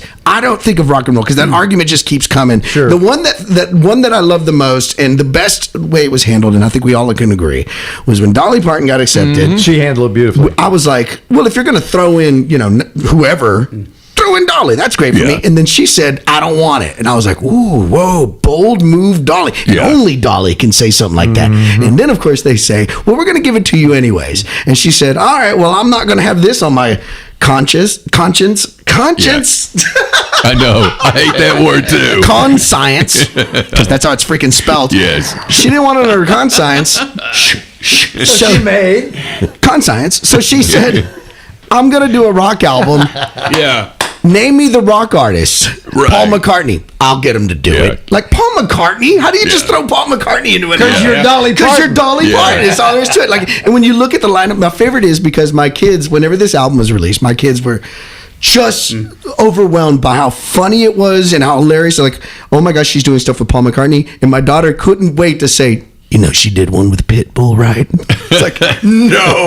And she immediately sent me, I don't know if y'all have heard this. Yeah. She did 9 to 5 with Pitbull. Yeah. Ha ha. Now, this is a guy that me and my daughter love to not make fun of, but to go, ha ha, like every chance we get. Yeah. Like just moving and dancing. Every time I play his music, me and my daughter start laughing and getting in this groove. So to find out that Dolly did something with him was awesome. And just everybody else, she did that too. So. Yeah, but when it comes to that Rock and Roll Hall of Fame, every year, I don't expect rock and roll anymore. I don't expect it, or else I know I'm just going to be mad because they're doing it to make you say something about it. They're not going to get excited about it if it's just regular rock and roll. Yeah, one of the parts that irritates me is the ones that get omitted. Bands that don't get consideration that it should be. Well, how about the biggest one? Yeah, John Lennon got into the Rock and Roll Hall of Fame before freaking the Beatles or Paul McCartney. Yeah, and another one of my favorite moments in that history is whenever he finally got inducted, he decided, I'm going to bring my daughter out. I don't know if we're allowed to cuss on this thing, so I'll try not to. But the shirt that God, I can't think of her name. Stella McCartney wrote. Oh, yeah, Stella. Was It's About Fucking Time. Yeah, that was good. That was good. She walked on stage next to Paul. Didn't say nothing. Yeah. Paul wasn't rude, but No. his daughter just wrote aside, just sat there, and everybody died laughing. It was good. Well, come on, man. The man wrote yesterday. Yeah. Well, we went to the Rock and Roll Hall of Fame in 2000. Got a radio package deal where a radio station could send their morning show, and they could broadcast back to their hometown for 2 days, and they took care of everything. The flight, the food, the hotel, all that stuff.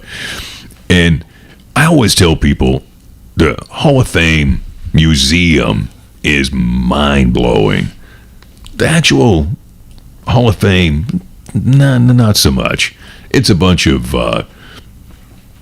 little video presentations and busts and stuff. The museum is cool. Where is this, by the way? Cleveland. Cleveland. Yeah, right by the lake. You know what it says on W.C. Field's headstone? What's that? All in all, I'd rather be in Cleveland. Is that where the NFL Hall of Fame's at too? No, also? it's in Canton, Ohio. Okay. Yeah. So, Ohio's got it going on, Yeah, obviously. but it's the museum is phenomenal. It is great, and one of the coolest things I saw there was a upright piano that was in the studio when Led Zeppelin recorded the Stairway, and they have a light. In those days, they had a light that shined on it, and the reason they had a light shining on it a certain way was you could see where the lyrics were written on a piece of paper, but it had imprinted into the wood. Oh, So the Stairway lyrics were in the top of the piano. This bloody lid on this pencil. And Kind of crazy. And at the very bottom of the lyric, it said, "Never play this in a guitar store," because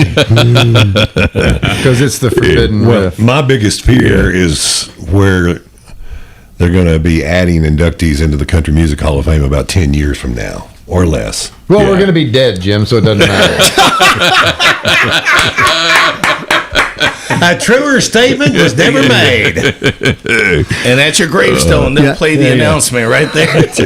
Yes, it's at the Country Music Hall of Fame. They have it's so much fun to go there. I've been there a few times, and getting to see there's a moment where you see dudes that are about Gen X and older, and it's some moment. I don't know why it's in there. Now I'm thinking about it. The Smokey and the Bandit car, the Trans Am. Yeah. I don't know what it was, but every dude my age was just hovered over it, looking at him like, "Did you have the Hot Wheel?" I had the Hot Wheel. Yeah. Like all of us were freaking out over it. But every part of that, and there's something about the cars from the '60s and country artists. Holy crap, man. Yeah. And they have some of Johnny Paycheck's old car, and they're just extravagant. They're insane. They have guns and cattle on them, and they're just hilarious. But everything is pretty cool. You get to see lyrics from old original guitars, and then you get to the whole wall of Eric Church. This is the part that couldn't make me stop laughing. I like Eric Church. I don't think he's bad. You give him a wall, and I don't mean kind of wall. I mean the whole wall. And there was no. I'll also talk about this. I didn't see Willie and Waylon anywhere, and I started making jokes and then I finally saw a little section, and it just kind of real quick. As if they're not the biggest dudes in country music, but it's obvious that place has a little bit of a still over the screw you, we're going to Texas dude. What about Hank Williams? I think there was some stuff from Hank Williams Jr. No, Is this senior. Hank Williams? Senior. I mean, I can't recall what's there, but I know there was stuff from yesteryear, Patsy Cline, and man, probably in the same category, I guess. also just learning. I mean, I didn't know that there was a punk country scene in the late '70s. Oh man, and I would y'all should go because there were so many killer cool bands that are they're older now, they write country music still, they're writers for other stuff, but there was a punk country scene back in the late '70s. This is all new to me. I didn't know about this stuff, so immediately I'm taking notes, I'm writing down these bands names because I want to get into them when I get home. And they have that, but they don't have a whole wall for Willie. There should be a wall for just the Texas scene alone. I agree. I mean, Texas Roadhouse has a whole table for Willie on his birthday. That's right. Yeah. And that lady from Young and the Restless. Well, they all do. That's right. No. Probably the old and the useless now. That lady from Young and the Restless. Me and Ham. I'm sorry, I don't remember her name, man. I think it was. No, I'm sorry, and as sadly as it is, I'm going to correct you. It's on Days that. of Our Lives, isn't it? It's Days of Our Lives. Yes, it is. Yes. Days of Our That's Lives. telling you I watch Y&R and all that. Wait. Can I tell you? What are you talking about? Because I'm a Days of Our Lives fan. And I Yeah. had no idea. It was the grandma. It was the grandma from Days of Our Lives. Frances Reed. From, Yeah. way older one. She's from around She's here. from She lived Yeah. on Earl Street, right around this corner from me. Yeah. Isn't that crazy? It's just because all I was thinking about was like, what did Mom watch? Okay, at first Yeah. it was Price is Right. That bled into Yeah. Young and the Restless. We got to change it because we're going straight to what was it? Days of Our Lives into Another World. Yeah. To see the one As the world Who's turns. the one that kept As the getting world turns, yeah, it is. yeah. I'm sorry. everything happened to her? She got possessed. Marlena. There you go. She turned into a Black Panther. She's still there now. Man. You know what's really funny on that same picture at Roadhouse? You get Dr. Phil. And Dr. Phil really doesn't even want to claim this town. I mean, you know. We don't want to claim him either. Exactly. Yeah. I would be an idiot, I could tell Steve. you stories about Dr. Phil, but I'll keep it to myself. But really cool is Eddie Hill. He's there. So, you know. Yeah. Eddie was I great. hear- Is great. He's a I good hear man. Dr. Phil is coming back for something. There's some event he's going to be coming to town for. Really? Yeah, I'll have to look into that. Yeah, dude. I'm sure he'll get that I'm one here to Wichita point out Falls all book. the idiocy going on since I left. You built Falls that looks like a chocolate factory. I'm not going to sleep tonight because of all the knowledge that all you guys had about soap operas. That's scary. Well, that's what I was going to say. Sadly, I know too much about soap operas. Let me Dos just mujeres say y un camino. that That's the there one. should be multiple awards by Marlena or the woman who played Marlena Deidre because Hall. again, That's what I'm saying. Deidre Hall was a saint. Oh, yeah. Yes. Yeah. Deidre Hall. I mean, imagine working for Yeah. a soap opera and they're like, "Hey, man, this week you're a freaking panther," and you're like, "Okay, now what's my motivation? Why am I a panther?" Your motivation is the $500,000 a year you get paid. That's good. That's good. That'll help. Days of Our Lives was a little bit different. It even had aliens on the show. At one time. Yeah. Crazy stuff. Other soap operas didn't do that. You know, But, I love how manly we started this conversation. Yeah. I know. It's taken off. Another note too is like when they replace an actor with another actor and then that voiceover comes, so and so is now played by so and so. Oh yeah, that was cool back in the day. Here's I one real forgot quick. that. I know you want Yeah. to got wrap up pretty fired up. quick. You're not. No, okay. we're rolling, baby. Okay, all right, okay. Well, there was on All My Children one time. Erica had a child, and they decided they didn't like that idea. The writers, the child went upstairs one day to take a nap. True story. Big mistake. Never came back down again. That was it. Never brought it up again. Nope, never. All right, That's that's sort of like what was Richie Cunningham's big brother? Yes. On Happy Days. Same idea. He went yeah, off for yeah. ice cream and never came back. He disappeared. All right, let's go way back. Yep. Soap operas, early 70s. Dark Shadows. Oh yeah, Brilliant. yeah. Barnabas. Brilliant. Barnabas Yeah, Collins was yeah. awesome. Oh my Dark gosh, what a Shadows. great TV show. Wasn't it in black and white? Yes, it was. Yeah. Yeah. My older sister Diana was heavy into that show. And you did not talk. You did not slam a door.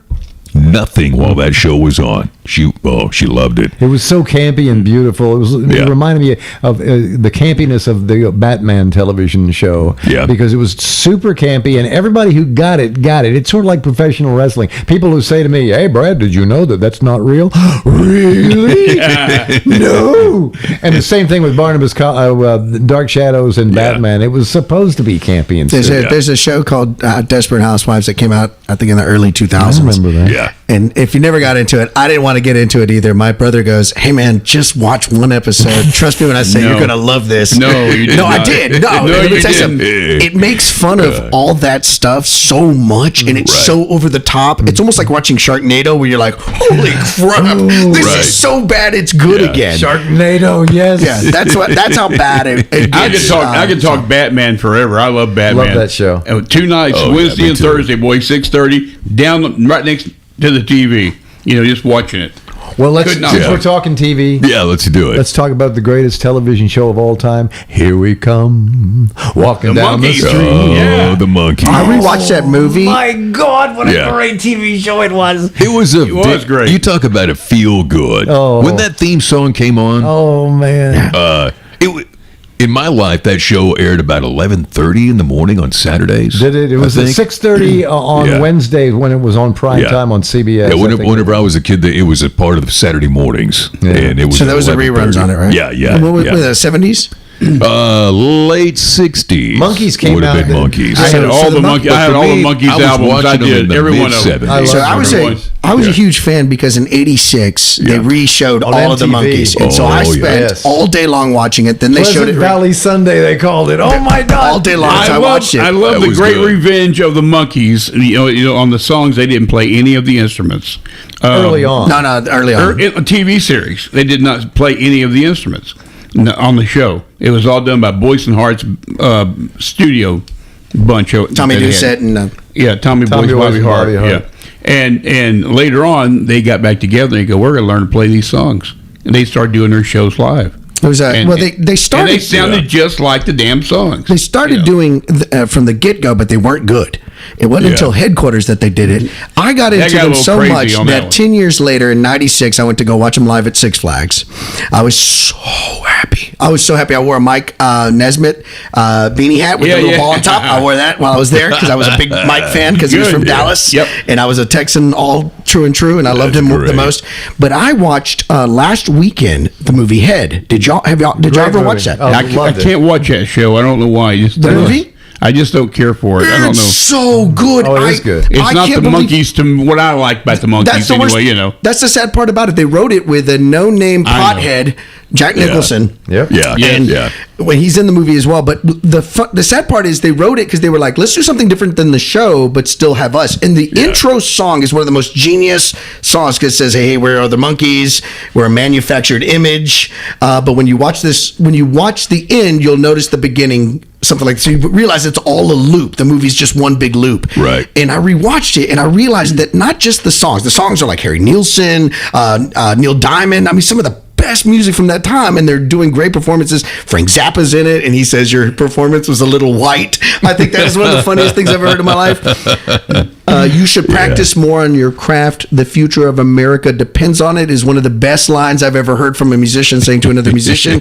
But those guys delivered comedy in such a hip timing. way. Yeah. And again, 20 years later, when y'all said every time I'd hear the song, every time I heard this song, 20 years later, I would lose it. I just was like so excited that my 4 goofy best friends are going to come on the screen. They're going to be dumb and weird, and they're going to sing a song, and some woman will swoon.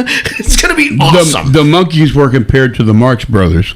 I mean, they were That's in a- so that's many a good ways. comparison. You know, Yeah. they Yeah. were. I Yeah. still remember watching an episode, and my dad was constantly playing his guitar in his room, and I remember watching an episode, and Mike Nesmith said on a radio thing, this was them getting interviewed, he said, we want to thank the Beatles. So I ran to my room and I said, Dad, did you know the Beatles started the Monkees? And he goes, they didn't start the Monkees. And I was like, he just said that the thank you to the Beatles. And he goes, you don't notice that they're kind of the same band? Like, you don't notice? Right. He's like, Yeah. there's the only reason why they're around was because of the Beatles. My dad was somebody who liked the Monkees, but not as much as I did. Got He the was not idea. a fan like I was. From A Hard Day's Nuts, kind of where they got the idea Sure. for the Monkees. Makes you know? sense. Yeah. And Yeah. the whole like we're a live band, we live together, but they were more self-deprecating. They couldn't wait to Yeah. make fun of themselves. I saw a documentary on the Monkees, and the 2 guys that were the producer, writers, or whatever they were very young, hip, counterculture, drug-taking TV guys. And they would show these still pictures of them on the set with the Monkees shooting the show. They don't have their shirts on. They would go. I mean, it was that culture. And later on in the interview on the documentary, the guy says something about, I don't think I ever saw that man with a shirt on. He goes, I negotiated a contract and signed it in front of the guy, and he had no shirt on. Wow. Michael He goes- Nesmith was the one who would hold out when they did the live shows. Most of the time, he would not do them until it came down to just him and Mickey. Then they did together, and then he died. Well, they had a great story on there about Peter Tork's pot room. And they built him a special room. outside the studio. Yeah, outside the studio so he could go smoke weed while they were They all so did. whenever doing they the did the show. movie, They all did, yeah. they all had that thing. So they had a light And each, like, a red light was Mickey and a green light was Davy, right? So, like, what was sad was, if you ever noticed the final season of the Monkees, they're high, but sometimes, like, one of them will be high because they'll say, like, all right, we need Davy. And Davy's like, oh, shit. Run in. And all of a sudden, and like, imagine being really high and you're doing it kind of, to them, it was a teeny bopper show. Right. And they were trying to, like, make this, like, remember, it's the 60s. Yeah. People are making avant-garde, like, crazy stuff. They were wanting to be deep. And Peter was the only one that said, Peter, the avant-garde, the crazy one, the weird one, said, man, they're not going to like this. And I think that's where he left the band, because it was a bad reception of the movie. He was the first one to leave the band because the movie didn't do well. And it's because the people that would have liked it didn't watch the Monkees. They didn't watch the Monkees. They were too hip for the Monkees. Right. And the kids that loved the Monkees were like, what is this? Exactly. This is weird. Yeah. I'm They sorry. missed their target. Things go better with Coca-Cola. It kind of reminds me. Gets funky. It reminds me of Kiss in the early '80s when they tried to do the Elder album, and they tried to get deep and philosophical and do a concept record. Their fans didn't want that. Phantom at the Park where I walk. Yeah. Phantom of the Park where I walk. Someone said the other day, "Is it Phantom of the Park or Detroit Rock City?" And the guy goes, "Oh, Phantom of the Park every time, every time." I would love to just sit down and watch that movie again. That's one of those movies that came on KGTL, Fox. Yeah. Before Fox had, like, regular programming, they would show old movies. Right. And that was one that I, like, recorded on VCR. I was so excited because I found out they made a movie, and it was just hilarious. It's great bad. if you slow down the fight scenes, you can see that Ace Frehley's character is a black man. Yeah, he is. He's And cut. he's wearing Ace's makeup, but Reverse. no, it's white makeup, but it's obviously a black person. Wow. And the story is this: Ace in those days was out of control, and he was so upset with the storyline and how they were being portrayed. He just walked. He just left. So all the fight scenes hadn't been shot yet, and Ace was supposed to be there for him. So they just took a guy that was in the crew, just one of the employees, and dressed him up, put him out there, and said, "All right, you're going to be in this scene for the fights. Check it out. It's in Phantom of the Park. It's Ace." Well, not Ace. It's a stand-in. It's one of those movies that if I, like, tried to go to my Roku and said Phantom of the Park by Kiss, it'd just be a big old question mark. The role played by Ace Frehley is now played by we don't know. Yeah. Well, I remember when that Little movie. Ricky. I remember when it came out, when it was new, and I think it was a Halloween night. Was the night that it came out, and I was anticipating a killer, kick-ass movie, and it's not what we got. So, like, Kiss fans were probably disappointed because was it a little kiddish or something? Because it was just so cheesy and hokey. It was cheesy. It didn't really have what. It wasn't serious. Yeah. I was, I guess, 13. Maybe 12, 13. I wanted something a little more serious. Yeah, because the band looked like it would be something. It reminds me of the movie Studio 666 that just came out with Foo Fighters. Yeah. I went to go watch that, and it was just awesome. It was amazing. I've heard it was very good. Evil, funny, insane. The saddest thing in the world is that immediately afterwards the drummer passed away. Yeah. And there's a scene where Dave Grohl kills him in the movie. Oh, so I'm sure he man. never watched it. And it's one of the funniest scenes. Like, when you're just watching it, not thinking about, I'm sure he does not watch that scene anymore. Oh, but at the time, he just wanted to make a funny, goofy kind of parody of the 80s horror movies that he had watched. It's an amazing movie, but it's hard to watch now that Well, you want to know what my shameful addiction was? What's that? What? The Beatles cartoons. I used to watch those like crazy. Yeah. Oh, the animated Those were voices. good. The I used to animated draw voices, them. There's nothing shameful about that. Come on, shit. man. Well, thank you. No, I watched it. I feel a lot better because I've heard a lot of shameful confessions here. No. Well, you said something cool, man. We're talking shameful of it. Matter of fact, in one of the Beatle cartoons, when they were doing the yellow submarine thing, I'll never forget. I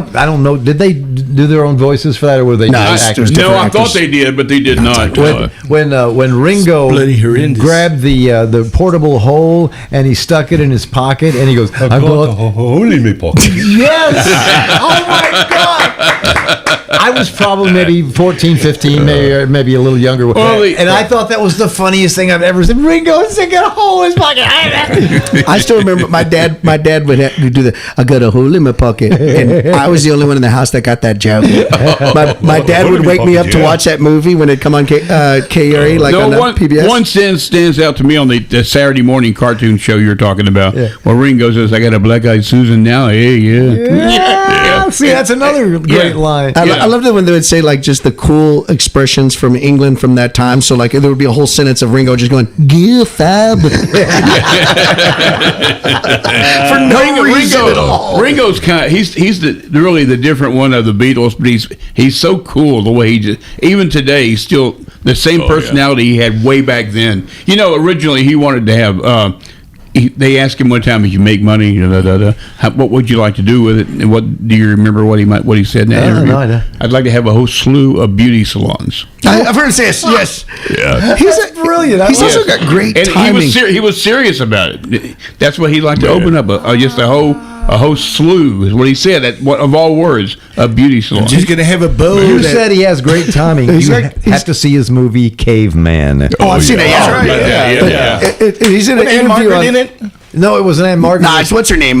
His wife. Okay. Sophia Loren? No, the other one. His actual Barbara Bach. Yeah. Somebody Barbara was Bach, good looking in there. So in the anthologies, they were talking about John Lennon and Yoko's doing their first album, and if you don't, it's the two virgins, and they're both naked on it, and they're blatantly naked. You can see everything, and they recorded it one night, and they printed it, and they sent it to Ringo, and Ringo's got to try to act cool in front of John Lennon, who just is good friend for many years, and he's all, "Oh, look, it's a great album cover. You've got the New York Times right there," acting like I can't see his dick. You know, hey Keith, we could do a whole show on the Beatles. You know, a whole show. Sorry. And that's much better than where I was going to go a minute ago. I was going to go from the Monkees to the Partridge Family. That would not work. No, back up to the Beatles a second. I know where you're leading. There's And you end up with the Brady Bunch. It's Hard Day's Night. The beginning montage where they're being chased, and they're going down Classic. the street, and they're running towards the camera, and George Harrison takes a tumble. Yeah.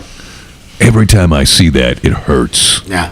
That is a real ass bust. It's a real ass bus with a mob of fans running right behind you. Yes. And they will not stop. No. They will take you down. You're already down. Yeah, and he hits hard, really hard. I brought that up to his sister when she was here for an interview. Gosh, what was her name? I cannot Patty? remember. No, her sister. I don't his know. sister. That's the wife. Elsie? You told me. No, Elise? Let's just say Cindy. Cindy. Well, she was here doing an interview, and I brought that up to her, and she was like, "Oh, he fell many times. Just like he was clumsy. Apparently, that's the impression I got." That was one of the greatest moments. I got to be in the room whenever you interviewed her. Oh yeah. And it was one of the greatest moments radio ever for me. Louise Harrison. Do you remember what she said to me at the end of the interview, which kind of to this day blows my mind? The hug? No, she comes in and she hugs me and she says, "Well, you were a pleasant surprise because everybody told me you were a mean conservative." That's what she said to me. And I said, "Well, what gave you that impression?" She says, "Look at you with that police haircut." Oh my God. And I was like, okay. In her defense, her brother did start a whole genre of kids wearing long hair hippies. So true. But she literally gave the haircut to George Harrison. You're right. She was great. She was a great interview. Fantastic. But yeah, Beatles. To this day, I have to take up for the Beatles because there are some people coming up, young kids, who aren't exposed, don't get it, aren't schooled. And in, who would in have the ever Beatles. thought that? I mean, I know. No, they like them. They never remember that they like them. They don't like them whenever you just say their name, and then you'll be hanging with them, and they'll say simply having. They go, "Man, I love this song. It's the Beatles." Or you'll sit there like there was a guy that I played music with, and I told him I wanted to learn a Beatles song, and he said, "Man, I hate the Beatles," and I was like, Come on, man. Everybody loves Right. the Beatles. I hate the Beatles. So one day I just go in there and I play Helter Skelter, and he has no idea what Helter Skelter is. So I just start playing it. I jam it, and to him, this is just a rock song. Yeah. He's got the beat down. He's like, "What was that, man? Awesome!" Yeah. It's the Beatles. So there's not It's always enough the bands Beatles. that have insect names. That's the problem. I mean, you There had you Buddy go. Holly and the Crickets. You had the Beatles. You could have had Tony Montana and the Cockroaches. That would have been a good band name. Say hello to my little friend. All Over, right. man. All right. Over. Steve brought him up. The Partridge Family. Oh, you're going to do it? Well, it was a part of my life because Well, me too, but I had an older sister who was a big fan. So that was watched every week at our house. And it always amazed me that family was a band and they all seemed to get along. You know, they all had some talent. It was portrayed that they had talent. Yeah, right. Yeah. But Two of them. and the mom was a looker. Let's be honest. You know. Shirley Jones. Looking back now, I realize that, you know. Yeah. Oh, Shirley Jones. And I always thought it was cool as hell. They drove around in a school bus with a psychedelic paint job. Well, I love the show. Yeah. The music wasn't my thing, but I dug the music because it was good, and it Yeah. just wasn't my style. But there's something about the show that I always found very interesting because somewhere in each of the seasons, David Cassidy, who I read his book, and he's a pretty cool guy actually. David Cassidy came up needing money, so he was off. He's off doing like odd jobs to come up with money to pay for this. I don't know, go to a concert or something like that. And I always thought to myself, but you're the lead singer in a rock band, Right. and I'm sure they pay you money. Yeah. Now the other kids in the Partridge Family all have money because they get paid, but for some reason David Cassidy had to get a job at a bank to pay to go to see Davy Jones at a concert or some kind of weird thing. And I was like, one of the weirdest things. But then if you read David Cassidy's book, there's an interesting part because I think we're all guys in here, right? Every guy, red-blooded American man, wanted to, do the horizontal bop with Susan Day, right? Lauren Oh, yeah, Harper. yeah. Susan Day, yeah. Well, Susan Day in real life wanted to do the horizontal bop with David Cassidy. That's right, yeah. Yeah. And finally, he said, "Okay, fine, meet me at this little place here, and we'll spend the weekend together." And she was trying to lose weight the whole time that she was on the show because they all told her that she was too fat, which doesn't make any sense. Yeah. So she was on this doesn't eat anything but carrots diet. Have y'all heard this story? Oh, I know about the diet. She takes Yeah. off all of her clothes to do the horizontal bop with David Cassidy, and he can't stop laughing because she's orange. Right. Like Yeah. a carrot. Yeah. Right. And that blew the entire thing for the entire weekend. They did do the horizontal bop a few times, but neither one of them could get out of their heads the fact that David Cassidy laughed for 30 minutes because she was orange like a carrot the whole time. So let's go Okay, get some Cheetos now. I'd heard about the whole orange skin, the whole carrot diet. Susan Day. Yeah. Wow. Most everybody knows, and in case folks out there don't know, how did the idea for the Partridge Family come along? The Cowsills. There you go. Oh, yeah, And also Cowsills. the lead singer of the Cowsills was supposed to be David Cassidy's part, and Shirley Jones said no.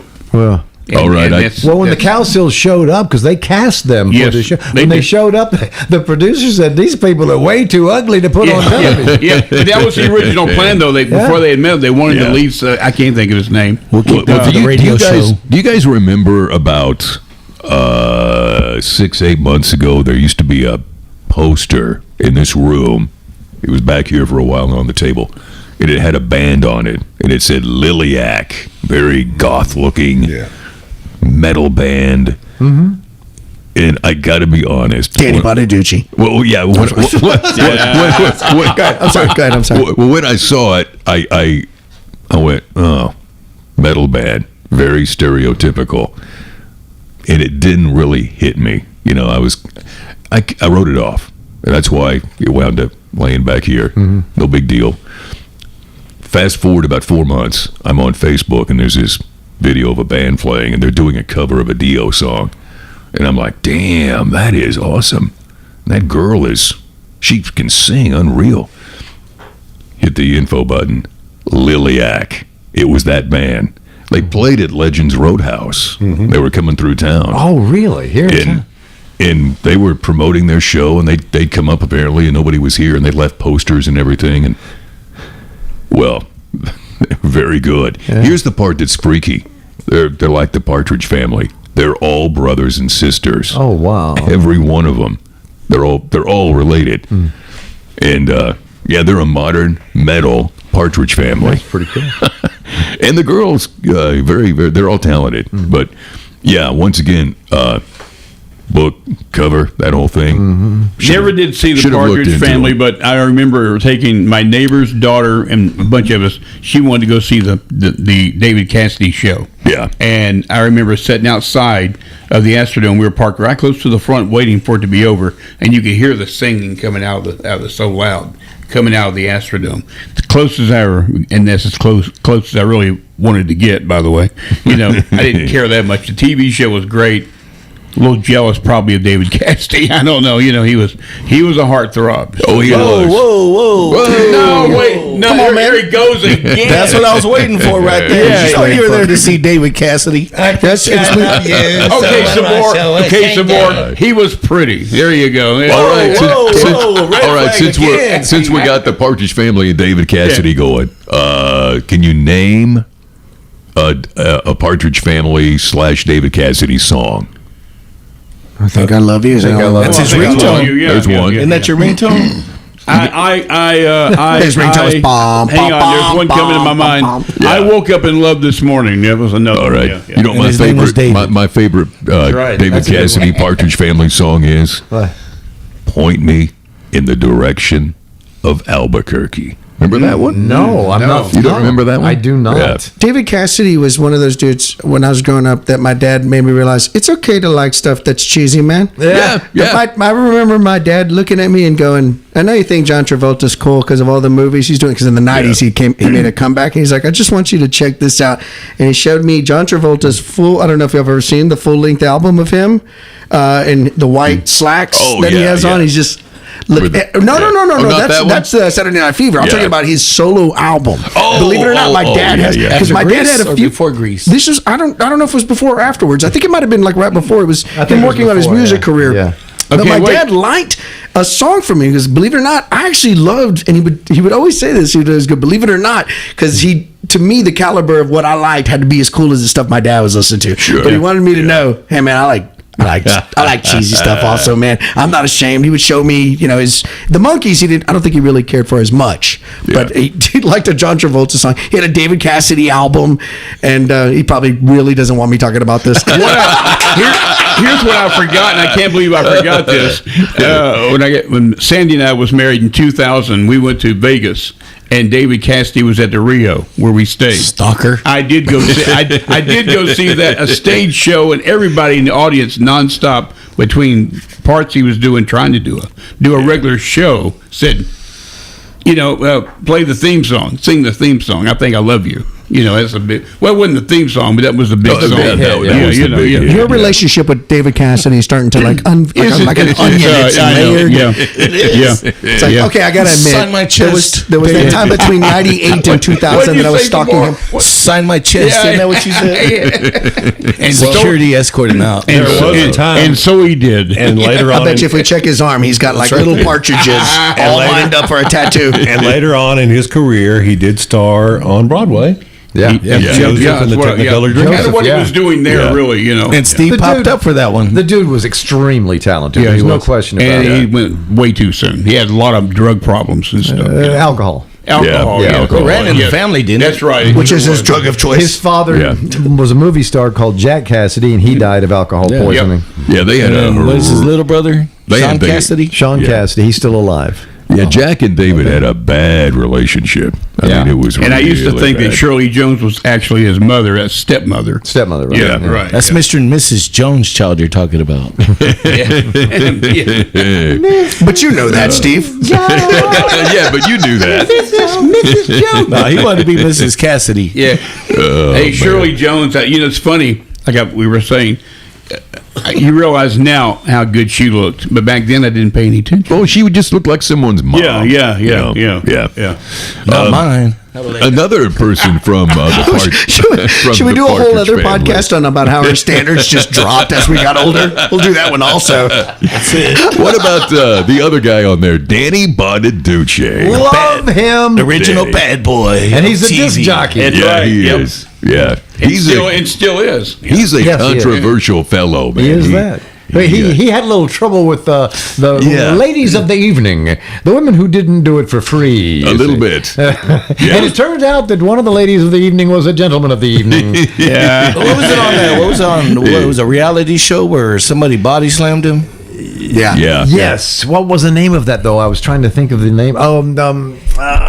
I can't remember what it was. It was but- going to come to me. There was I a can't celebrity boxing. Like this is us back in the old days. Whenever we were like, oh, I don't know, man. Can you get Britney Spears or Christina Aguilera to just fight? That's it.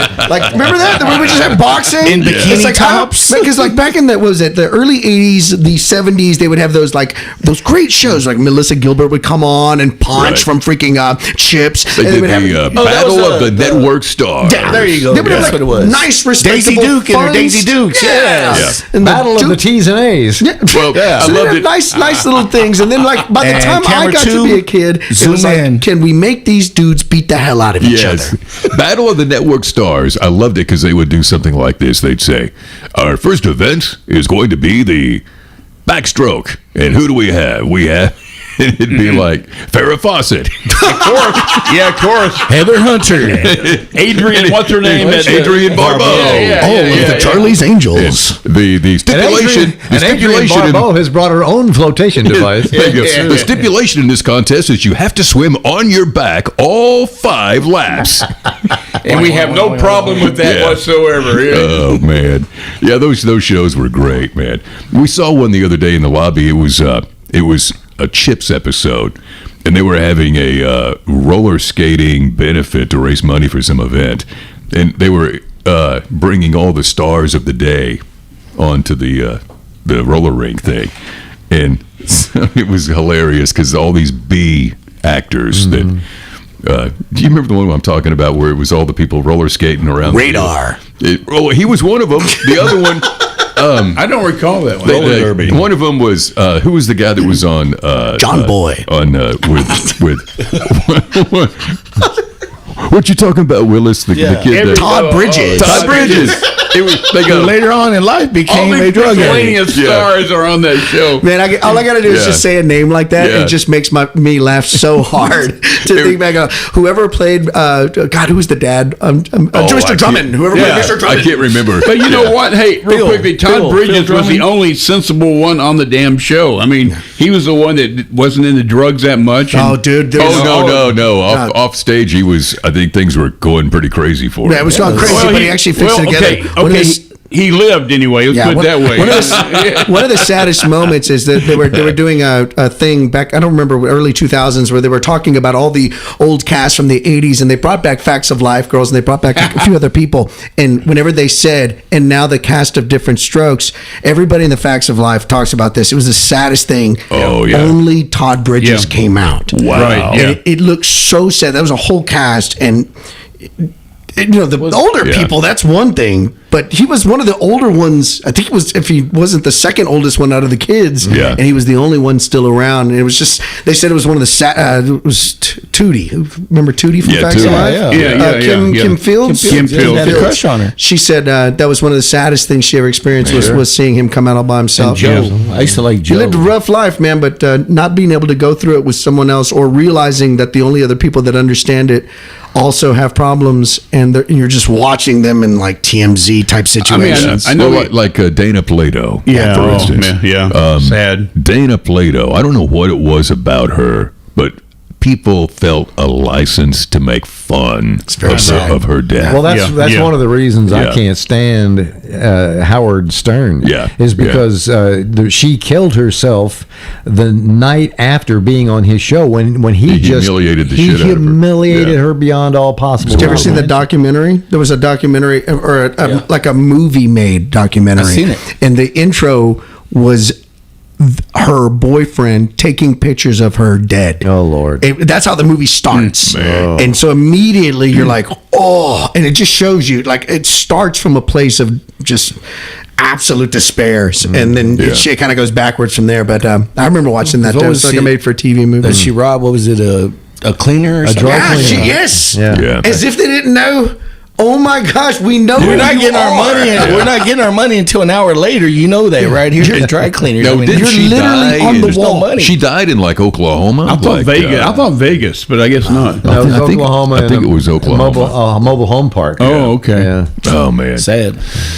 Yeah, it's weird about her death. Like I just mentioned, for some reason, people love to just joke about that and about her. I think she And it even just- did. I think she even did tricks. If I understand her right. There's just a Yeah, lot of I things that believe Life we, was really going downhill for her. there's a lot of things that we recognize now that we didn't recognize then. That when I was in radio, I remember thinking. Because when I first started doing radio, there was a lot of fodder about Britney Spears. And I remember her being a big famous person whenever rock was big, and they kind of killed rock. So I had a little bit of a toward her and NSYNC. I can relate to But that. when I remember seeing her shave her head, and I remember her hitting a car with an umbrella, I remember immediately thinking, I don't want to talk about this no more. Yeah. This is Me this. too. We're done with just noticing somebody's having a bad day. Right. This woman's going through so much, and I am on the radio talking about this weird stuff. I did the exact same thing. So I just had a, it was like one of those moments. And also what's good to know about it is years later, people like my daughter is like, can you believe what happened to Britney Spears? I was like, girl, I was there. Yeah. I was reporting on that stuff. Yeah. So yeah, I saw what was going on, and it looked bad from my angle. And because we were the first to get this crazy stories every morning about what happened to Britney the night before. This was before social media was really kicking off, so you had the stories come in. You didn't have immediate stories like on Twitter or on Facebook or anything like that. You know, it's weird, the whole Britney Spears thing. I heard, I think it was, it might have been Kanye West. And he was talking about... And he's a complete normal human being. But he was talking about how he knew that they were controlling Britney Spears to keep her in this conservatorship. Yeah. And the person said, what do you mean controlling her? He goes, they've got her on drugs. They have her drugged. That's the reason she signed that paperwork. I mean, they've had her on drugs for years.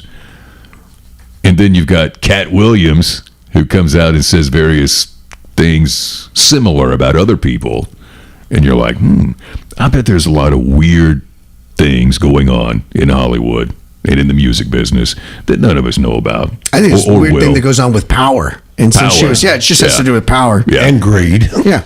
So Yeah. whenever it comes to those two, I mean, we just happen to witness it. I guarantee you that stuff goes on with billionaires. We just don't know it because there's not a freaking show on And it. it probably, I know it went on in old Hollywood in the 20s and 30s. Contract Yeah, and actors. then nowadays, Yeah. though, it's the ability to be able to call that out. And since nowadays, teens that age or kids that age, whenever they get in situations like Britney Spears, they're able to say stuff about it, and we're wanting to listen to it. For one thing, it's fodder, and we just love the gossip. But for nothing, we're concerned a little bit more than we were.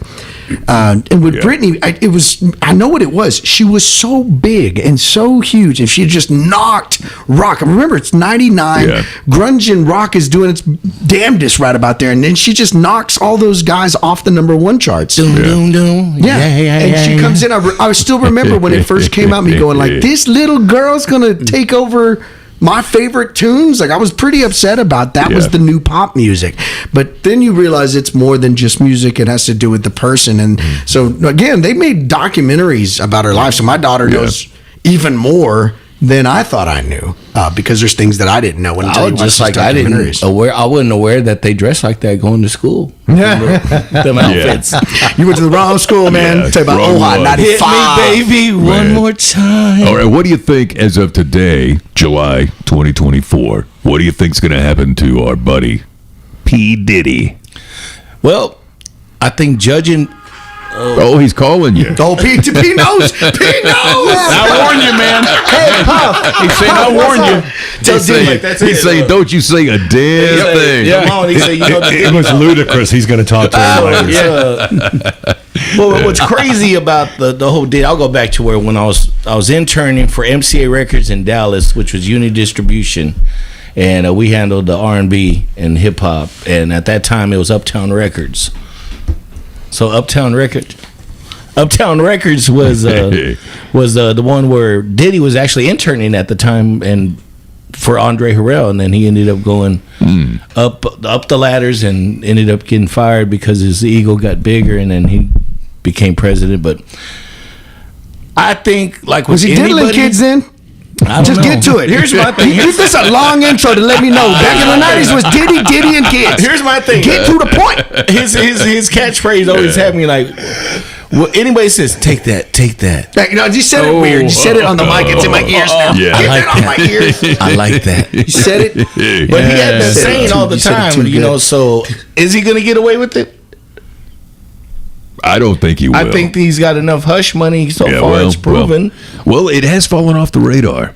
I mean, the story. I think it's for now. Honestly, it's like, it just depends on whenever you need to use it. Is he going to ever come back for this? No, he's already lost. I mean, he's lost at least hundreds of millions of dollars. Yeah.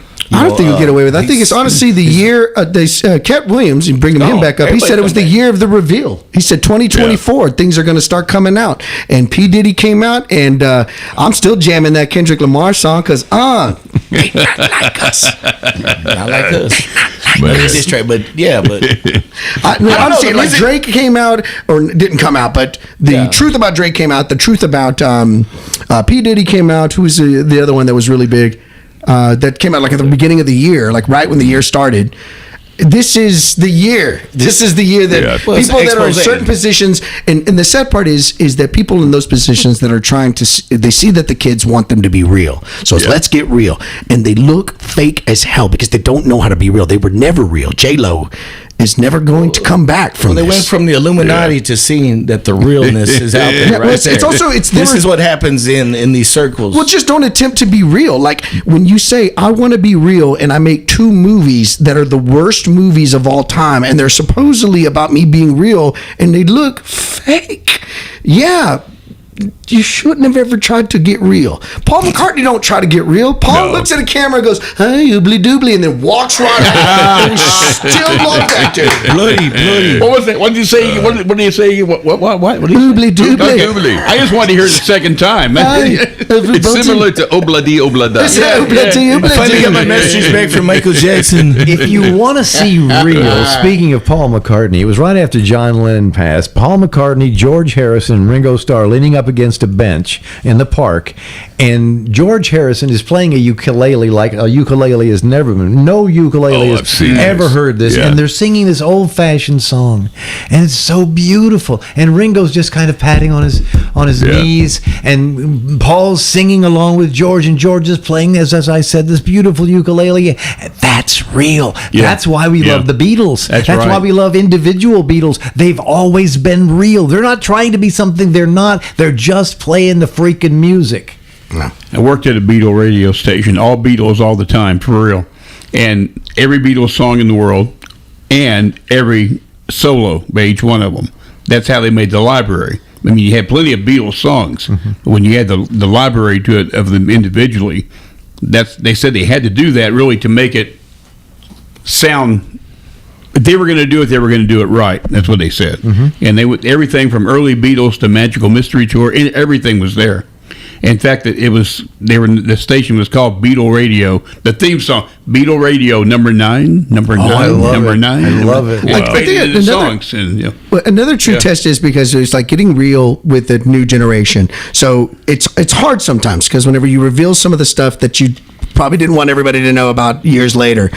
One of my favorite things to find out was the kids watching Get Back. When it first came out, there was a majority of people, the kids, that were like, Paul seems like a control freak. And it took like real artists to go, yeah, man, they're welcome.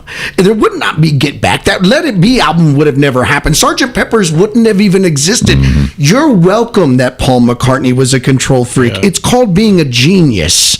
And it's called knowing your vision and executing it. And Paul was way better at it than any of those put together. Yeah. Even John had a hard time. John even complained one time in an interview saying, well, it just seemed like Paul was more interested on getting a polished sound for his song. And I was like, you think I'm going to feel sorry for you? You should have been at the studio as much as Paul working on it. So watching the youth even try to analyze the Beatles and say, ugh, and then realizing, no, he was a genius. That's all there is to it. Okay. But I still don't understand the lyrics to come together. I'm sorry, I've tried. Oh, it's the fact that John Lennon stole a song from pretty much every black blues song from yesteryear and put it to a song. Even Paul talks about flat top. He come grooving up it slowly. You mean George Jones? You know about the juju eyeballs. Oh man. Well, of course, we all know that the "Come Together Over Me" means Paul McCartney was dead because that was the grave that they were over. You crazy. What a time! The What Abbey a Road time! 28F. What a time that was, man! On Turn the, me on, dead man. Yeah. He was barefooted. They were walking across Abbey Road. Yep. He said the reason of that is because it was hot that day and he didn't want to wear shoes. Exactly. That was the on the I don't believe him. which album was it? Was It's Abbey the Road. back of well, they're pointing on the back. It's 28 if you know. Yeah, it's Abbey Road. That's is it Abbey Road? Yes. Yeah. Okay. But every time I hear that interview and he says, "Well, it was hot that day and I took off my shoes," I always go, Wait. "No, buddy, man, you just wanted to look different than Yeah. Just admit it's okay." Paul McCartney." And besides that, asphalt gets really hot on Yeah. you. So you don't believe this is all just promotion all through the build up to get to that point to do that? He had. I mean, look planned that? look at all the things they came across with. You know what? Here's my feeling. I was the perfect age to have gone through all of that stuff. Yeah. We had a radio station here in town called KNTO, and the guy that was on at night during the whole height of Paul is Dead, he was doing everything, man. He's playing the stuff backwards, and I mean, we got into this. And so here's my thoughts on this. Was it just marketing? Maybe. Was Paul dead? Well, of course not, but maybe. What was it? Was it entertaining? Yes. Yeah. And that's all I care about, man. It was more Beatles stuff from Yeah, there. they wrote it. Let me They just say wrote that it. if Paul McCartney had planned it, he would have let you know. He let me know that he's the first dude to ever put lyrics on an album. He is the one that said, you know, that little part at the end of a record where just, what if we put something fun there? He's also the one that said, like, what if side B is just one fucking song? Yeah. All the way. I don't know why he said it like Michael Keaton, but here we are, guys. I was thinking that was McConaughey. Well, you know, it's even to the point where they're going, well, maybe this is somebody else and it's not really Paul. You know, he had a lookalike or something. The I one don't and know. only. Well, she says all the art, even if you got somebody to look like Paul, you're talking about nobody had no. The only one who had more number one hits after the Beatles were none of them combined. Yeah. None of those dudes had hits as much as Paul McCartney after the Beatles, and I'm talking about the first 10 years. I'm talking about until John died. He had way more number one hits than all of those guys combined. There's a reason why they were all bitter afterwards, because Paul is a writing machine. Yeah.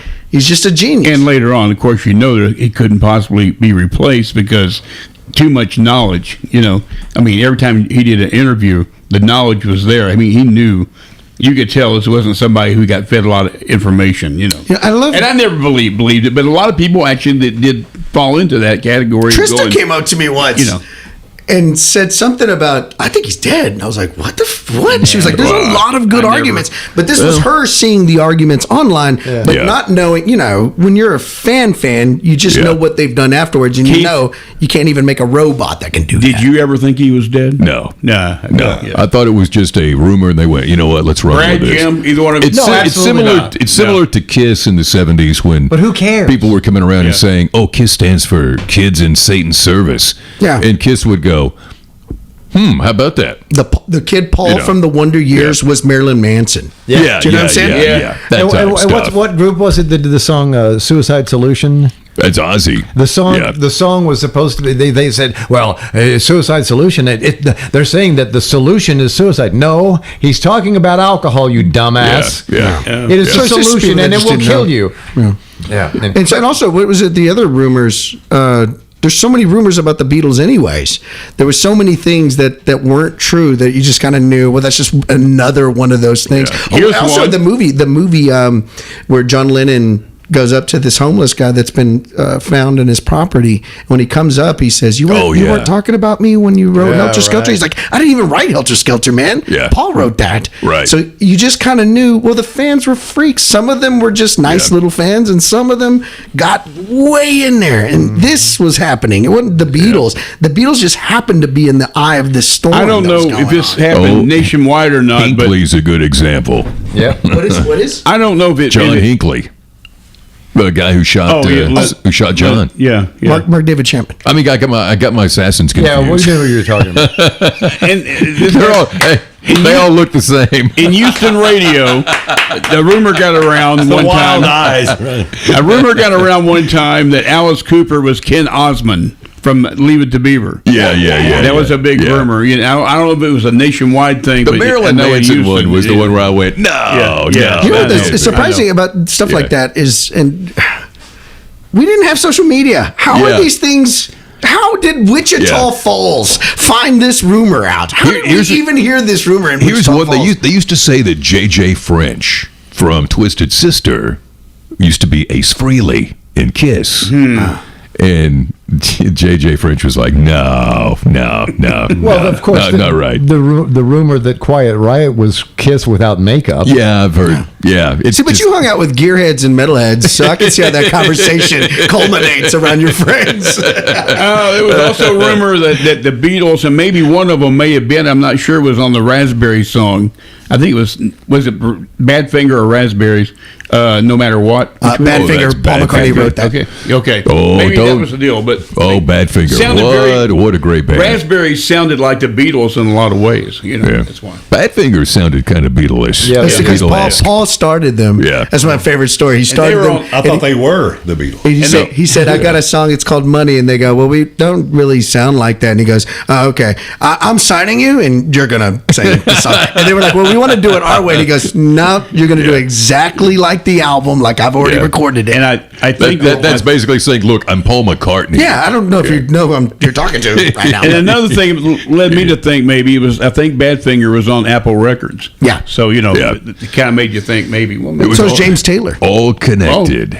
All right, James we've been And so rolling was Jackie now. DeShannon. Well, I'm looking at my clock here. The first recording on Apple Records, Jackie DeShannon. We're at a minute 59. She's the gal that's saying there's got to be a morning after. Minute 59. It was a very We've only been talking for a minute and 59 seconds. That's what it says here. Nuts. It says a minute 59. No, it's 1 hour 59. 2 hours today. Really? Yeah, that's crazy. See if we can wrap up in 58 seconds. I know. I got another 6 hours in me. How about you? Save it. Will you save it? All right, here's what we'll do. We'll go left to right around the room, and we'll let everybody have a parting shot. Your last thoughts for the day. Big Jim gets to go first.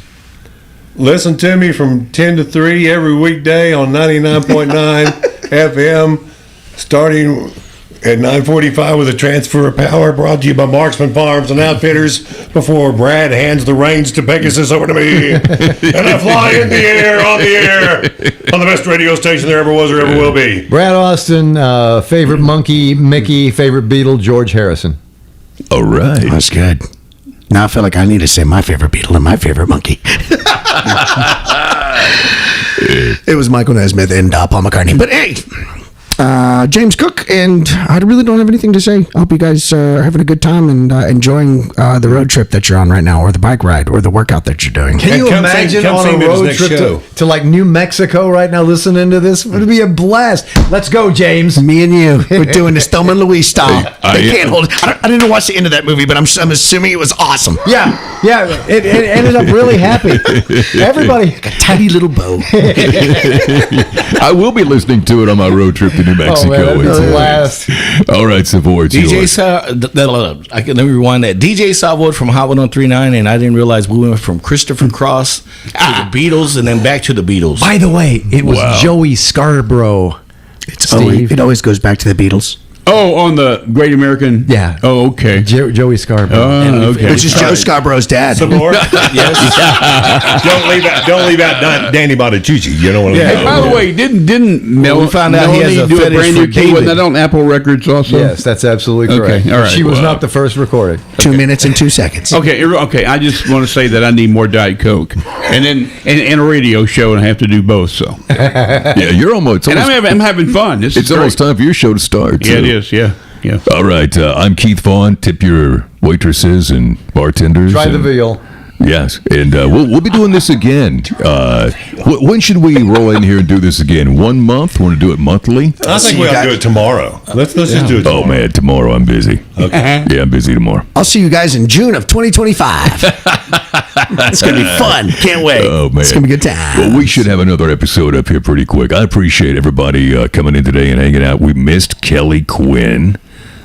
Shall we make fun of her like we did Steve? Yeah, let's do it real quick. Anybody got a good Kelly Quinn make fun of situation? No, she's gorgeous and talented, and that's all I can say. Exactly right. Yeah, she is. Yeah, we miss Kelly Precious, Quinn. and we really do love having her as part of the team, and we hope she stays forever. Guys, this is the worst roast ever. And I will say this real quickly that I'm really disappointed. We can't find anything to say about her, unlike the way you guys did me when I wasn't here for the first time. Hey, you were Fill up your easy. David Hey, Cassidy dude. tumbler with some Diet Coke and get out of here already. I make it easy, Sabor. Don't worry. It's easier to make fun of a Do you ever dude. stop and think maybe sometimes I kind of set you up, you know? Every day you walk in. And also, we've got to convince Bob Ray Yeah. to get in here. Yeah. Because I got a great Bob Ray story about Stevie Ray Vaughan Yeah. and Bob Ray's And brother. the Bob Ray story at Bob's uncle. at your house at the party. Oh, that was awesome. my God. We'll tell that story too. The Stevie Ray Vaughan thing is Bob's uncle.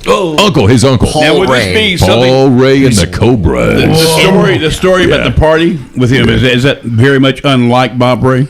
No, I not wouldn't at say all. it's No. unlike Bob Ray. Not at all. But it was a shocking freak out incident. Oh, I wanna And hear this. That's a great teaser. Tune in next we'll time. leave it right there. Yeah. And we'll do it again next week. Thanks, everybody, for listening to Live Mics in Dead Air. Yay. That's good. All right.